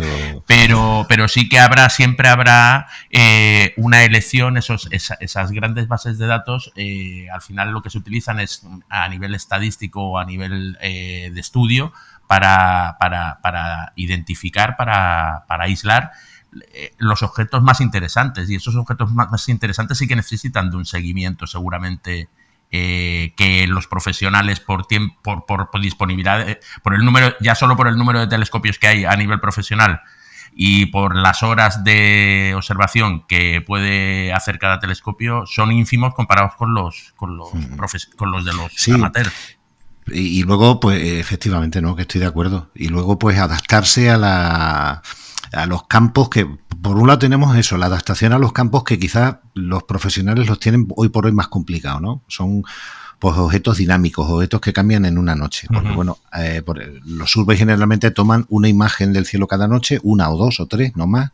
Entonces, objetos que cambian en muy poco tiempo, en muy pocas horas, pues la verdad que ellos no tienen, ¿no? esa capacidad. Entonces, por ejemplo, conozco a muchos fotometristas de toda la vida, ¿verdad? Que hacían variables, que hacían supernovas y tal, y bueno, que se han reconvertido, ¿no? Por ejemplo, en rotaciones de asteroides, ¿no? O ocultaciones, que son la verdad que los profesionales lo tienen bastante más complicado. No les demos ideas por si acaso, pero lo tienen bastante más complicado, ¿no? La rapidez juega a nuestro favor. Claro, eso juega a nuestro favor. O sea, objetos que tienen una variabilidad, por ejemplo, intranoche, o sea, dentro de una noche, la verdad que ahí podemos estar medianamente tranquilos. Y luego cosas como exoplanetas, ¿no? Que, en fin, que desde que lanzaron a TESS, pues parece que también todos al paro de nuevo. Pues luego resulta que, por ejemplo, TESS tiene una resolución... Porque es un teleobjetivo en órbita. Claro, es que es horrible. O sea, tiene 21 segundos de arco de resolución. Entonces, muchas veces se necesita que... O sea, se detecta que hay un exoplaneta, pero no se sabe si es en esa estrella o en otra. Sí, yo en este proyecto he trabajado con varios... En fin, para TESS... puedo decir que he colaborado a descubrir un par de exoplanetas. Toma. En fin, el trabajo duro lo ponen ellos y nosotros hacemos el trabajo rutinario de analizar todas las estrellitas que caben en estos 21 segundos de arco, a ver que no sea alguna otra variable por ahí que esté engañándonos, ¿no? Pero sí, este es uno de los trabajos. Esos son esos nichos a los que yo me refería, ¿no? Sí. O sea, los huecos que van dejando para lo que se refiere a nuestros trabajos tradicionales de fotometría, por ejemplo, pues eso, saber ir buscando los huecos donde todavía las aportaciones pueden ser importantes, y antes Ramón comentaba pues lo de ExoClock, por ejemplo, ¿no? Que siguen pidiendo datos, necesitan actualizar efemérides, hay cambios a veces, ¿no? Y entonces pues es importante. O sea, que sí que es eso, saber reinventarse, adaptarse, ir buscando huecos y luego pues estar pendiente de las nuevas tendencias, ¿no? De las nuevas cosas, pues, estas alertas, por ejemplo, en las que nosotros estamos participando y que cada vez veo que son más frecuentes, por ejemplo, en la APSO, ¿no? Esto de que un astrónomo profesional tiene tiempo de observación con el Hubble y necesita tener datos fiables de grupos así, que tienen una solvencia más o menos reconocida, pues para avisarles si cuando el Hubble va a observar no está en estallido ese objeto, ¿no? Entonces, pues sí, la verdad que nosotros ahí seguimos siendo útiles, y ya digo, no solo ya porque nosotros estemos en una campaña así, sino porque veo que en la APSO es frecuente, por ejemplo, ¿no? Que profesionales digan, para finales de diciembre nos han dado tiempo, necesitamos por favor que se le haga un seguimiento, y además si se multibanda, ¿no? O sea, con todos los filtros posibles, y la verdad que ahí también seguimos siendo útiles. Entonces, bueno, con eso corrige un poco ese bajón que un poco he tenido yo durante rachas, ¿no? Joder, es que de verdad, ya bien. Estaba viendo y construyendo nuestras curvitas de luz, ¿no? De supernovas día a día. Mira, hay 3 medidas nuevas, las voy a poner a ver qué sale. Y me daba por probar en ZTF, por ejemplo, ¿no? En este survey, digo, a ver qué tal. Digo, ostras, madre mía, por Dios, qué pasada de curva de luz, ni una. Claro, y digo, entonces, ¿para qué hacemos esto? Bueno, primero porque nos divierte y nos gusta, ¿no? Pero bueno, que seguimos encontrando huecos, y esa es un poco la conclusión optimista que yo he conseguido meterme en la cabeza, ¿vale? Ahora, por otro lado, no niego que cada vez es más difícil, ¿eh? Eso lo tengo yo claro, que sí es cierto, ¿eh? Cada vez es más difícil, ¿eh? O sea, antes había campos que eran casi exclusivamente nuestros. Sí. Y cada vez es más difícil, hay que saber buscar los huecos, ¿no? Yo sabéis que pienso cada vez que hago una observación ahora. Pienso, bueno, esta observación es única y solamente la he hecho yo, ¿sabes? No existe otra como esta en el mundo. Claro que esto al final te anima también a seguir adelante, pero lo cierto es que bueno, que sí. Oye, habéis dicho... Perdona, Nacho, es que te había perdido, dime. Digo que salvando las diferencias, yo creo que la comunidad amateur va a seguir siendo de utilidad y bueno, y como decía Juan Luis, adaptándonos a lo que venga y adaptándonos a nuevos objetos, a nuevas técnicas, pues vamos a ver, el trabajo, la continuidad yo creo que está asegurada, que no veo estos grandes surveys y esta cantidad de datos, el big data que hay ahora astronómico que generan estos proyectos, no lo veo una amenaza para el amateur, sino que lo veo quizás una oportunidad. Podemos sacar cosas buenas de eso también. Seguro. No, yo iba a destacar que, a ver si lo hemos entendido bien, aquí hay 2 puntos, ¿no? Uno, es muy interesante en aquellos casos en los que la cadencia de datos es importante, ¿no? Y son cadencias mucho más elevadas de las que tienen acceso los profesionales, porque al final es lo que comentabais, ¿no? Aunque hablemos de Vera Rubin, pero su tiempo es limitado igualmente. Por tanto, en aquellos objetos en los que una observación cada n, y ese n es muy bajo, pues va a seguir siendo interesante. Sí. Y otro es el hecho de confirmar, ¿no? O de generar datos de soporte para poder contrastar, etcétera, que también me gustaría que me explicarais un poco en ese marco qué importancia tiene para los profesionales. Pero esos 2 criterios son los que abren ventanas, ¿no? Por así decirlo. Yo creo que has resumido muy bien, al menos lo que yo tengo en mente. O sea, es un poco el planteamiento que yo con el que me he intentado convencer de que nuestro trabajo todavía puede ser útil. ¿Vale? Sí, es así, es cierto así.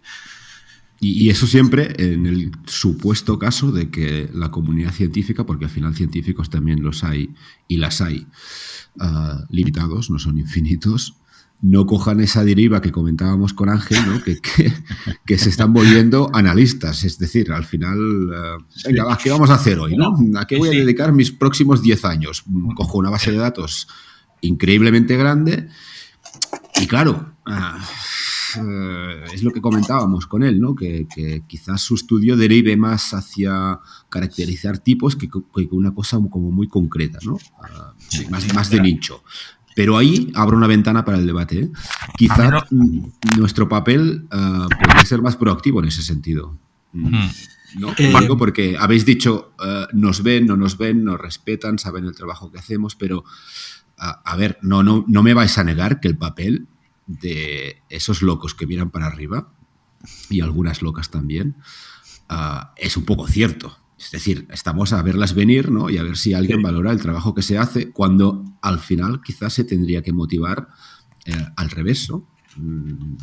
Ponerlo un poco más en valor o no sé, ser vosotros que proponierais cosas. Este tema, Pep, es un tema frecuente en los congresos y en los encuentros que hacemos, sobre todo cuando hay profesionales. Recuerdo un debate intenso que mantuvo Ramón en Huesca, ¿no? No fue en Huesca, ¿verdad, Ramón? Creo que sí. Sobre este tema, ¿no? Sí, es un tema candente. Es un tema candente, sí. Bueno, y Jordi Lopesino ha sido también muy activo, ¿no? En este tipo de un poco de poner en valor nuestros trabajos, sí. Aquí yo creo que es una de las asignaturas pendientes grandes. Sí, yo creo que todavía, por ejemplo, la comisión PROAM que se creó en la SEA, su objetivo era más que otro, ¿no? O sea, hacer como de nexo de unión entre profesionales y amateurs, pues todavía tiene trabajo por delante, todavía tiene trabajo que hacer, porque al final sí que se hablan de proyectos, Ángel habla de proyectos, pero al final son 2-3 proyectos los que han surgido de ahí, ¿sabes? Por lo menos que se han publicado dentro de la SEA. Entonces, quizás en lo que no se ha acertado es en el mecanismo, en la manera, en la forma de poder... Sí, es que la SEA empezó seguramente con buenos propósitos y tal, pero y la cosa va mejorando, pero muy, muy, muy despacito. Y la verdad es que al principio era muy frustrante ver que igual hacían un congreso y claro, ellos son profesionales y el congreso que era para participación de aficionados, que era el miércoles, el jueves y el viernes. ¿Por qué? Porque ellos no van a hacer algo un fin de semana. Sí. Bueno, claro, pues, y con esa perspectiva dices, pues vale. Ahí lo tienes, no están ayudando tampoco. A ver qué aficionado hay, que cualquier aficionado pues tiene otro trabajo. que pueda decir, no, señores, mire, no voy a trabajar porque voy a un congreso de astronomía. Le dices a tu jefe, no, oye, que yo lunes, martes y miércoles no vengo porque voy a un congreso. Digo, vale. Yo voy a dar una de cal y otra de arena sobre este tema. A ver, ya que hablamos del asunto. Por un lado, tiendo a entender por qué no es más frecuente en España esa cooperación, ¿no? Yo sé que hay buenas intenciones por parte de mucha gente de la SEA y me consta, ¿no? Porque yo he ido a todos los congresos ProAm y sé que hay gente muy motivada. El propio Ángel es uno de los muy motivados en este asunto. Que no se ha materializado, como decía Nacho, no se ha materializado muchas veces en nada concreto. Son intenciones, ¿vale? Yo creo que también hay que entender, por lo que decía al comienzo, la comunidad profesional española tampoco es tan grande. Quiero decir, España es un país puntero en astronomía, en investigación, ¿no? Tenemos grandes observatorios y tenemos enormes profesionales, pero tampoco es que estemos hablando de cientos y cientos de astrónomos, ¿no? Que además tienen una estructura que les permite que haya personas dedicadas exclusivamente a esto. Sí. Entonces, lo que se hace es por la buena voluntad de algunos, ¿no? Porque creen en esto y saben también que para ellos es proactivo, ¿no? Es decir, que haya a nivel social, ¿no? Un interés por lo que ellos hacen, pues eso les beneficia también, evidentemente, ¿no? Y ellos quieren estar, ¿no? Ahí en esto. Pero también me pongo en el pellejo de un astrofísico que esté investigando sobre materia oscura, por decir algo así muy puntero, ¿no? Lo que sea, y que dice, oye, que ten en cuenta también a los amateurs que ofrecen datos y dicen, no, sí, a mí me parece genial, pero es que no casa con nada de lo que yo hago. ¿Sabes? O sea, ¿cómo encaja lo que hace un tipo con un... Y publicaciones amateur y algunos personajes en concreto que dices, ostras, que quien lo vea... Digo, pues con esta gente yo no quiero nada. Es normal. Es que. Claro.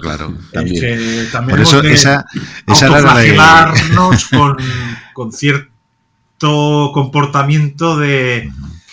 Son pocos, son muy pocos, siempre son muy pocos. Pero estos pocos hacen muchísimo daño. Eso por un lado, pero luego también tengo que decir, lo que dice Ramón es que, vamos, he echado una sonrisilla así de lado cuando ha dicho lo de que se hace un congreso y se hace un miércoles, ¿no? Cuento una anécdota que, bueno, que yo supongo y espero que es simplemente, bueno, es totalmente excepcional y es algo casi pintoresco por lo simpático que me pareció para mí adentro. ¿Recordáis la revista que hacíamos de estrellas dobles, verdad? El observador de estrellas dobles.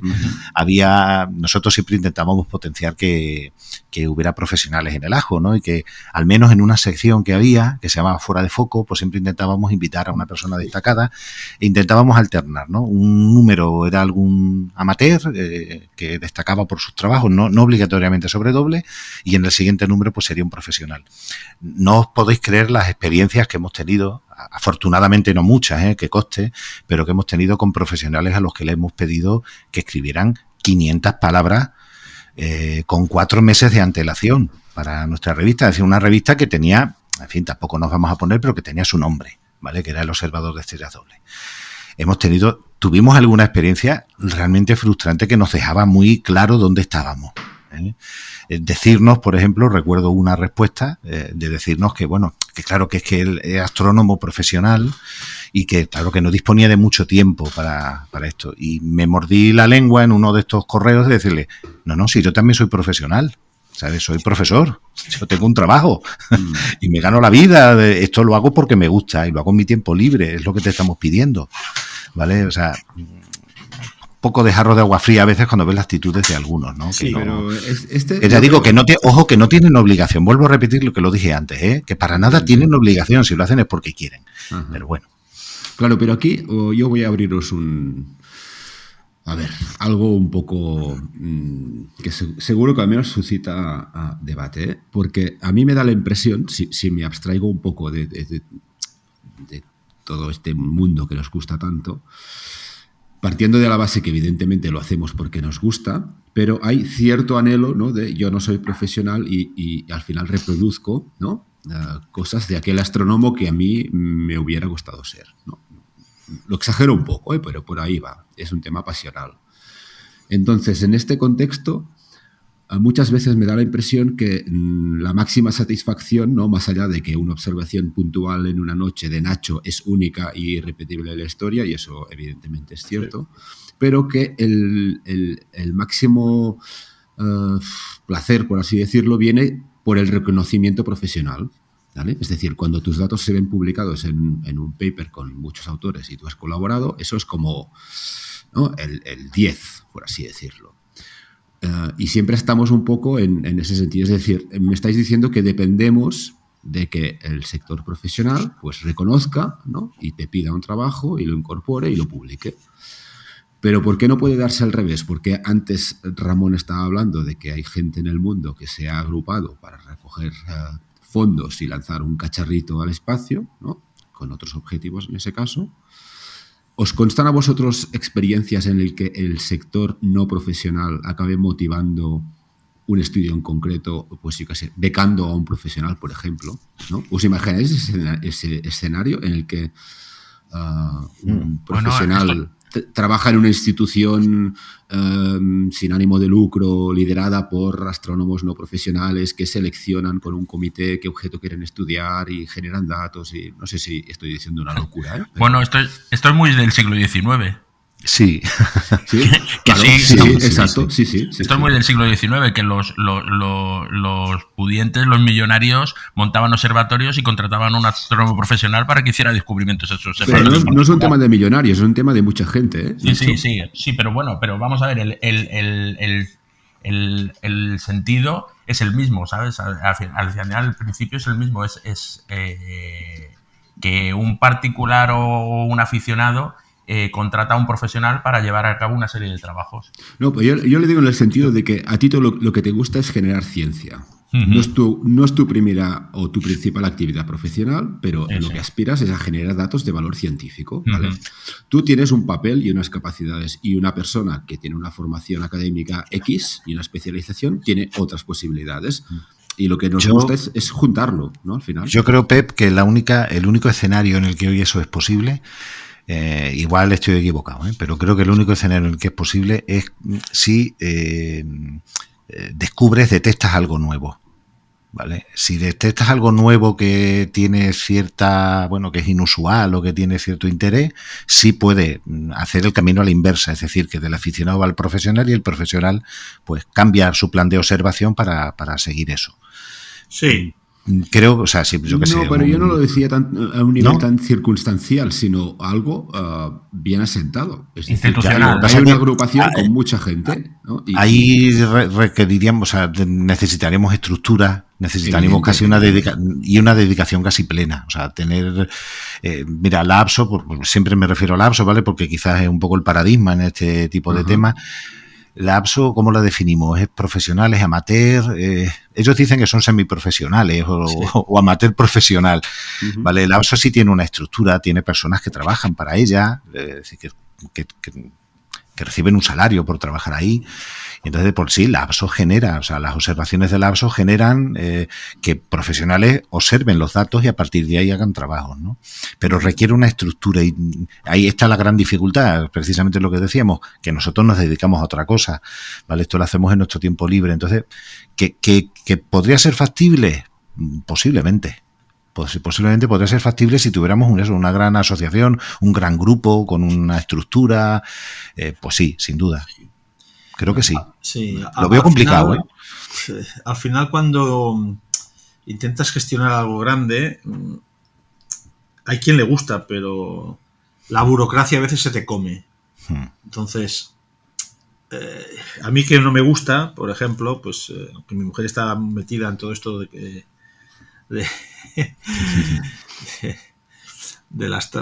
coordinar, pues la astronomía. Ostras, yo veo que hacen unas reuniones, están horas hablando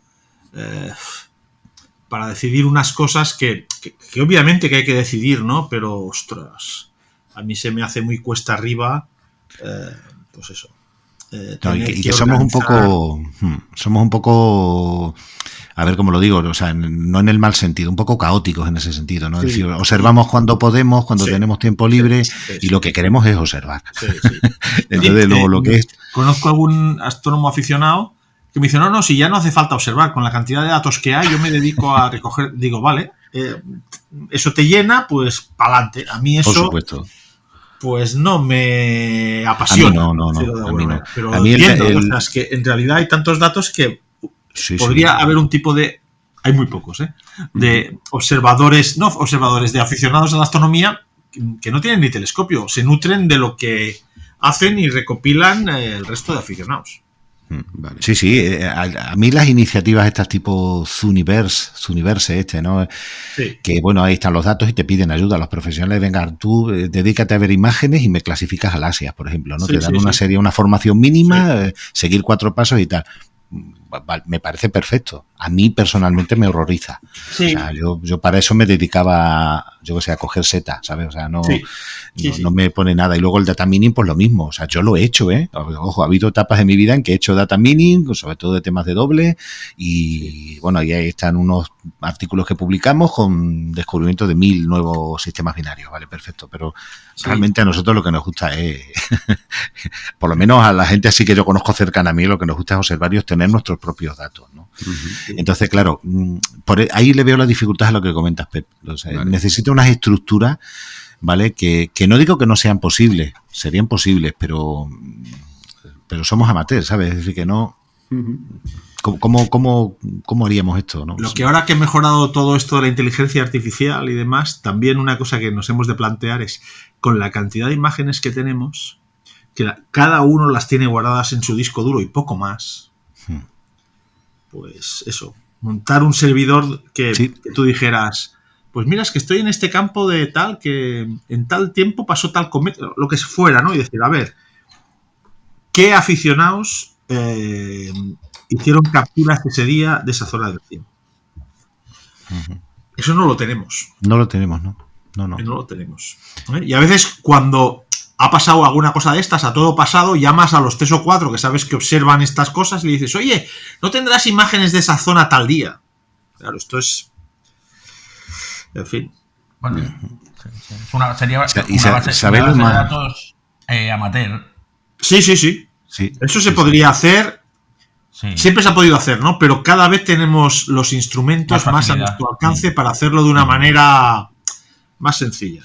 Mira, Pep, hace poco tú mismo comentabas en uno de los foros de observadores de supernova la posibilidad de solicitar una subvención para asociaciones o entidades, ¿no? Que se dedicaran a la divulgación de la ciencia y tal. Y recuerdas lo que te respondí. O sea, Observadores de Supernova es un grupo más o menos establecido, ya casi con 10 años, ¿no? De trabajo conjunto, pero jamás nos hemos planteado organizarnos como estructura formal. No. De hecho, te decía que nos vendría bien, porque ese dinerillo aunque solo fuera para comprar un dominio, como decía yo, ¿no? Para nuestra página web.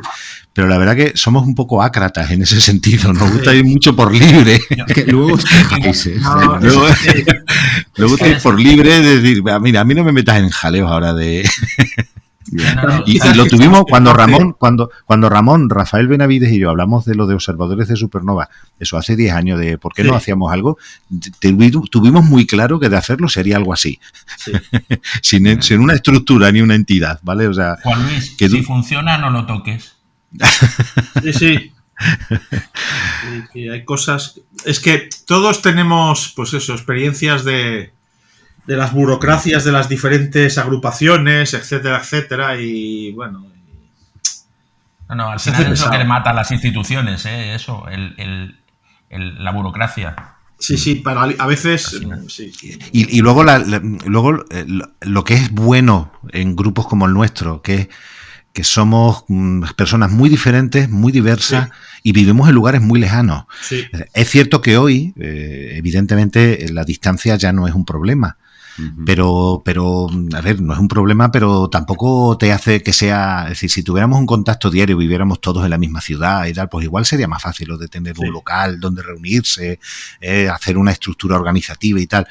No, ya digo, es un poco... Estamos ahí dispersos, somos como nodos, ¿no? Que estamos cada uno en un lado, bueno, y coincidimos en unos foros, en unas propuestas de trabajo, pero... Sí, antes era... Que eso es quizá un mal que les pasa a las agrupaciones. No digo que no tengan sentido las agrupaciones astronómicas, claro que la tienen, ¿no? Pero así en general, yo miro lo que me pasa en la mía. En la mía yo voy una vez al año a hacer un cursillo de cometas y asteroides y del sistema solar, básicamente. Y la única gente joven es la que se apunta, entre comillas lo de joven, a estos cursillos. El resto de las agrupaciones se ha quedado un poco como pues un lugar casi de jubilados, con todo el respeto, porque, en fin, sí. Cada vez estoy más cerca.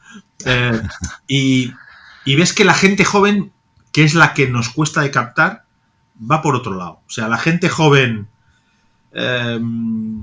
pues contacta por internet, igual algunos sí que aprenden a manejar los telescopios, pero quedan bastante aparte de las agrupaciones. Sí. La verdad que malos tiempos para las agrupaciones, sí. Bueno, pero al final también esto es un cambio. Es decir, antes el único medio para encontrarte con frikis como tú era ir a una asociación. Hoy en día no, por supuesto, si comparas, y mucho mejor ahora, o sea, para nuestras cosas, la cantidad de información y la facilidad, ¿no? O sea, el que estemos aquí nosotros cuatro, cada uno en un lugar, grabando un programa de radio, piénsalo en los años 80. O sea, sí. ¿Sabéis lo más curioso de todo esto? De si nos íbamos o no nos íbamos al paro y de cómo nos hemos tenido que reinventar y reconvertirnos y cada vez más. Lo más, a mí personalmente lo pienso a veces y me hace gracia que yo no lo vi venir. Yo sabía que iba a haber desde Hiparcos, desde que se lanzó, ¿no?, la misión esta del satélite Hiparcos, dije, a partir de ahora va a haber de estos uno cada década que va a ser cada vez más revolucionario y tal. Entonces, bueno, yo TESS, Gaia y demás me lo podía imaginar. Pero lo que nunca pude imaginarme era que los profesionales montaran observatorios con equipos de aficionados y se dedicaran a obtener datos de todo el cielo todas las noches. De verdad que jamás lo pensé. Yo siempre me digo, a ver, los profesionales lo que quieren es telescopios cada vez más grandes y lo que quieren es observar cosas, imposibles de observar para el común de los mortales. Y luego resulta que empiezas a ver que te ponen en batería 10 telescopios de 20 centímetros y ala, a comerse el cielo. O sea, yo creo que el tema empezó por el tema de los asteroides, de esto de la protección planetaria, que vieron que hay que hacer.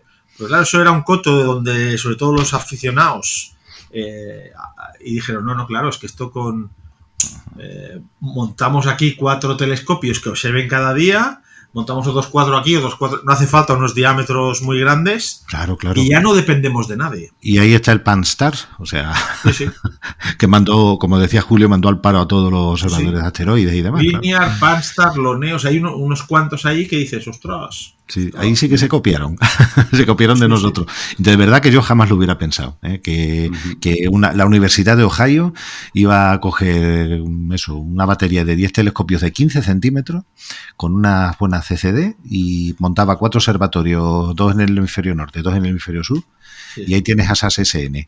Sí. Bueno, al final han cambiado potencia por repetibilidad, ¿no?, de las observaciones. Efectivamente. Sí, siempre he pensado que estamos, pues eso, a una distancia de los astrónomos profesionales enorme, pero esa distancia un poco se mantiene, porque ellos, pues, se mantiene y en algunos casos se reduce, pero vamos, se mantiene, ¿no?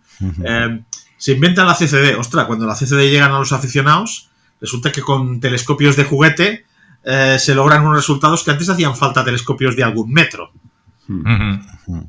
Claro. Eso, innovación abierta, eso. Los propios profesionales se dan cuenta, es que, es que para descubrir Plutón y tal, en fin, eso se pasaron un montón de tiempo fotografiando y estaba, no al límite, pero casi. Hoy en día, magnitud 14, 15 no tiene ningún misterio.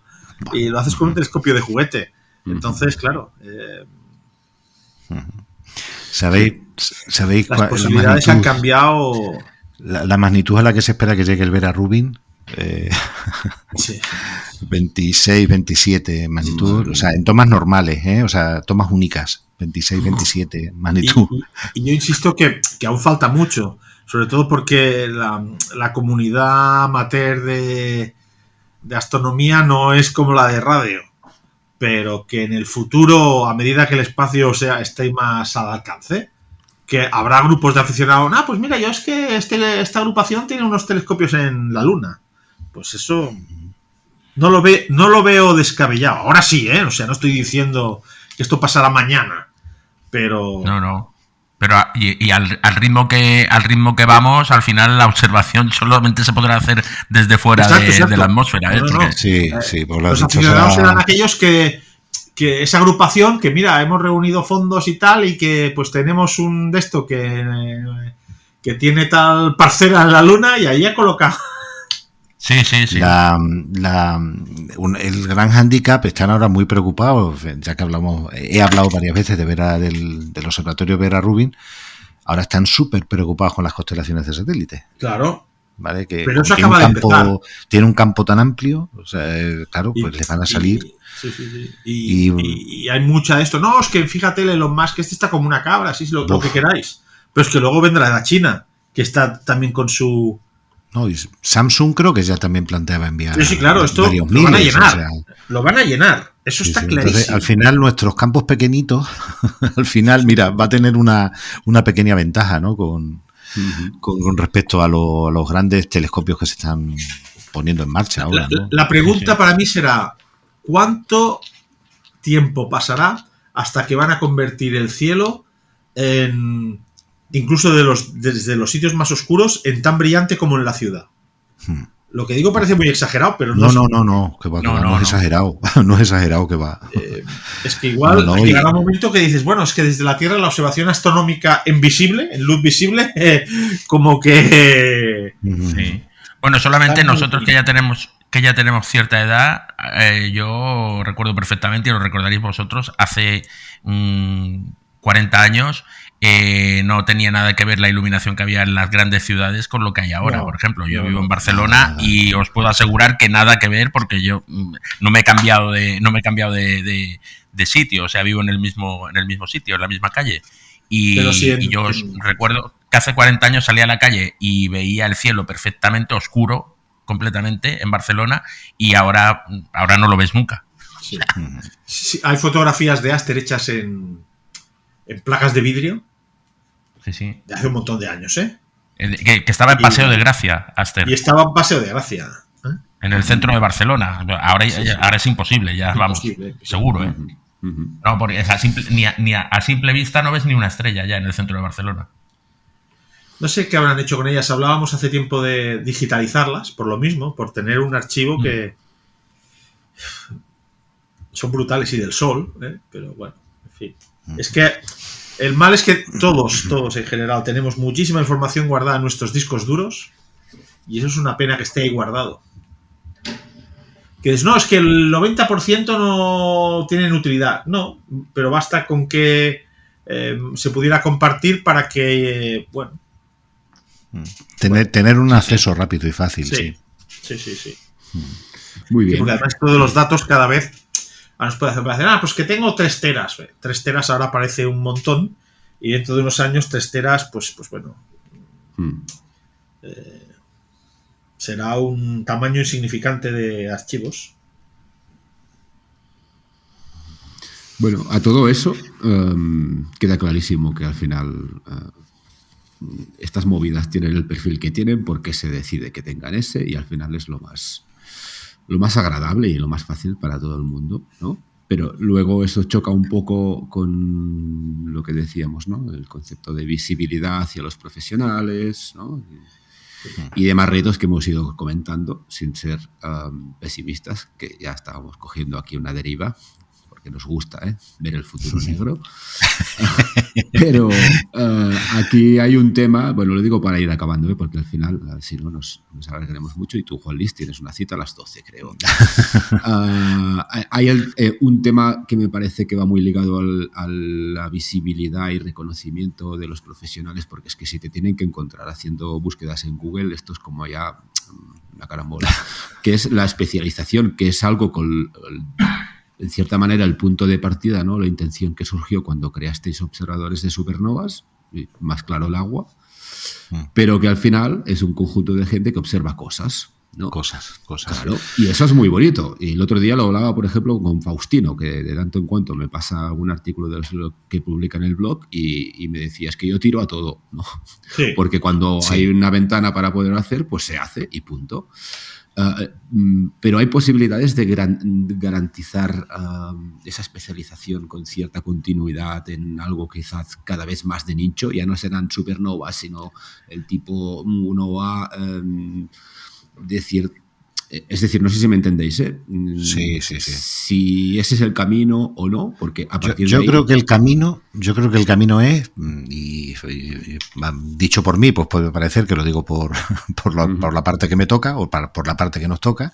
Yo creo que tú creas un grupo de observadores, ¿vale? Sí. De gente que comparta un método de trabajo y una filosofía y tal. Tú dedícate a hacer un trabajo lo mejor posible y súbelo a algún sitio. Sí. ¿Vale? Déjalo ahí.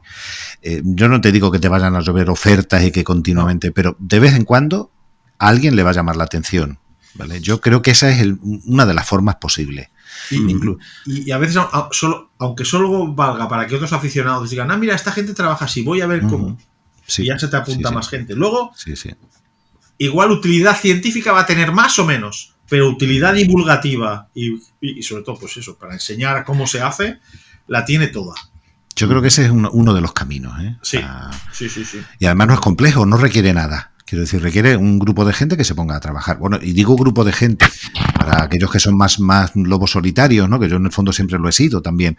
Pero bueno, mira, yo tengo mi proyecto, me dedico a esto, lo tengo aquí, lo enseño y bueno, que es útil, genial, que no, yo me lo estoy pasando pipa. Pero en esos casos creo que tarde o temprano a alguien le puede ser útil. Sí. Ya, pero una de las cosas más potentes y bonitas de observadores de supernovas es ver cómo hay yo al menos lo viví así, un criterio detrás de ese grupo de algunas personas concretas, ¿no? Como sois vosotros, que decidís un objeto en base a unas características, entre ellas pues visibilidad, ¿no? Y que tengamos más tiempo para seguirlo, etcétera, y luego sumarse a eso con gente que lleva muchos años y conocimiento y hay debates y generas curvas. Es decir, al final la curva en la que ves todos los puntitos, ¿no? Esas curvas que generáis tú y Ramón, eso es el equipo. Y eso es lo más bonito y más potente, ¿no? Al final, y que te da más visibilidad incluso. Sí. Sí, es lo que en las ocasiones en las que algún profesional ha contactado con nosotros y nos ha pedido todo, es precisamente por eso. Porque ha visto una serie de datos coherentes y además con la suerte de, pues eso, ¿no? La suerte de que yo vivo en Badajoz, pero otro vive en Barcelona y otro vive en el norte de Italia. Entonces, bueno, pues igual aquí está nublado, pero allí no, y entonces tiene continuidad y bueno, y luego multibanda, que eso también cada vez es más apreciado por los profesionales, que Ramón tiene los filtros de Sloan, que otros tienen los filtros de Johnson. Y es interesante. Creo que tampoco hay que obsesionarse con la utilidad, aunque no, tú lo has dicho antes muy bien, ¿no? Eso sería ya el 10, ¿no? La utilidad que pueda tener para alguien que igual ni sabe que existimos y cuando quiere estudiar supernovas, pues va y coge datos del ZTF, que están ahí, son fácilmente accesibles, pero cuando caen, a veces algún profesional dice, anda, mira, qué curioso, ¿no? O incluso lo que nos pasó con lo de la campaña en la que estamos trabajando ahora. A raíz de eso, a raíz de que ven que hay un grupo de piraos entre España e Italia, ¿no? Que trabajan de esta forma, oye, les voy a pedir a ver si, haciendo lo que hacen, me pueden obtener datos de esto. Sí. ¿Vale? De lo del caso de las novas estas que estamos hablando. Al principio yo recuerdo a unos profesionales que se ponían en contacto con nosotros y algunos es que no navegaban completamente en qué magnitudes nos movíamos. O sea, igual te decían, no, sí, necesito colaboración para esto, ¿no? Y luego mirabas, digo, coño, pero si lo que me está pidiendo todo es magnitud 22, 23 y 24. Y lo contrario, ¿no? Que te preguntaban, ¿porque vosotros a la magnitud 10 llegáis? Digo, hombre, sí. O sea, el desconocimiento era apabullante. O sea, te podían pedir un imposible o te podían pedir algo que decías, ostras, humillante casi. A ver, que hacer fotometría de cosas brillantes cuesta, tiene otros problemas, pero quiero decir que el desconocimiento era abismal. Muy bien. Muy bien, chicos. Ya nos queda. Dime, Juan Luis. Yo, si quieres, termino con una. Sí. Ya que veo que estamos con una buena noticia, venga. Con una noticia esperanzadora, efectivamente. Venga. El encuentro de supernovas que tuvimos en Madrid, ¿vale? El primer encuentro, la primera vez que nos pusimos cara a mucha gente, ¿no? Algunos que no suelen ir a los CEA, ¿verdad? Los congresos estatales y demás, que tuvimos en Madrid. en la comida de ese encuentro, tenía a un lado a Ana Pala, a la astrofísica esta, ¿no? Con la que estamos trabajando, y enfrente de mí a Julio Castellano, ¿no? He contado antes ese bajón que me dio después de aquel desayuno, ¿no? Con Julio, pero recuerdo lo que le dijo Julio a Ana en esa comida, ¿no? Eso fue minutos después de que Ana nos contara por qué es útil nuestro trabajo. Y Julio le dijo: me has devuelto la fe. Dice, pensé que nuestro trabajo ya no servía para nada. Dice, y gracias a cosas como esta que nos has contado, dice, veo un rayo de luz. O sea, estoy aquí citando a Julio sin estar el presente, pero fue así, tal como se dijo. Y sí, es cierto, quedan destellos de luz todavía, sí, ¿vale? En los que podemos... Hacen falta más desayunos con astrónomas. Y ya está, ¿no? Claro. Di que sí. Claro. Muy bien. Pues nada, lo que decíamos, que lo dejamos aquí y lo retomamos cuando queráis. Y algún día será interesante ponerle nombre y apellidos a alguno de esos nichos interesantes y destellos de luz que se abren. Sí, hombre, ¿no? A objetos, a personas, y eso lo podemos trabajar, ¿eh? Si queréis. Sí. Pero por hoy, nada, muchísimas gracias a todos y no sé, que ya estamos a la vuelta de Navidad, no sé, que se abran los cielos y que vaya todo muy bien, ¿no? Di que sí. Muy bien. Pues venga, hablamos pronto. Muchas gracias a los tres. A ti. No, a ti, Pep. Venga. Un abrazo. Igualmente. Un abrazo. Adiós. Podéis escuchar La Esfera Celeste en todas las plataformas de podcasting. Encontraréis más información sobre todos los episodios y sus invitados en laesferaceleste.com.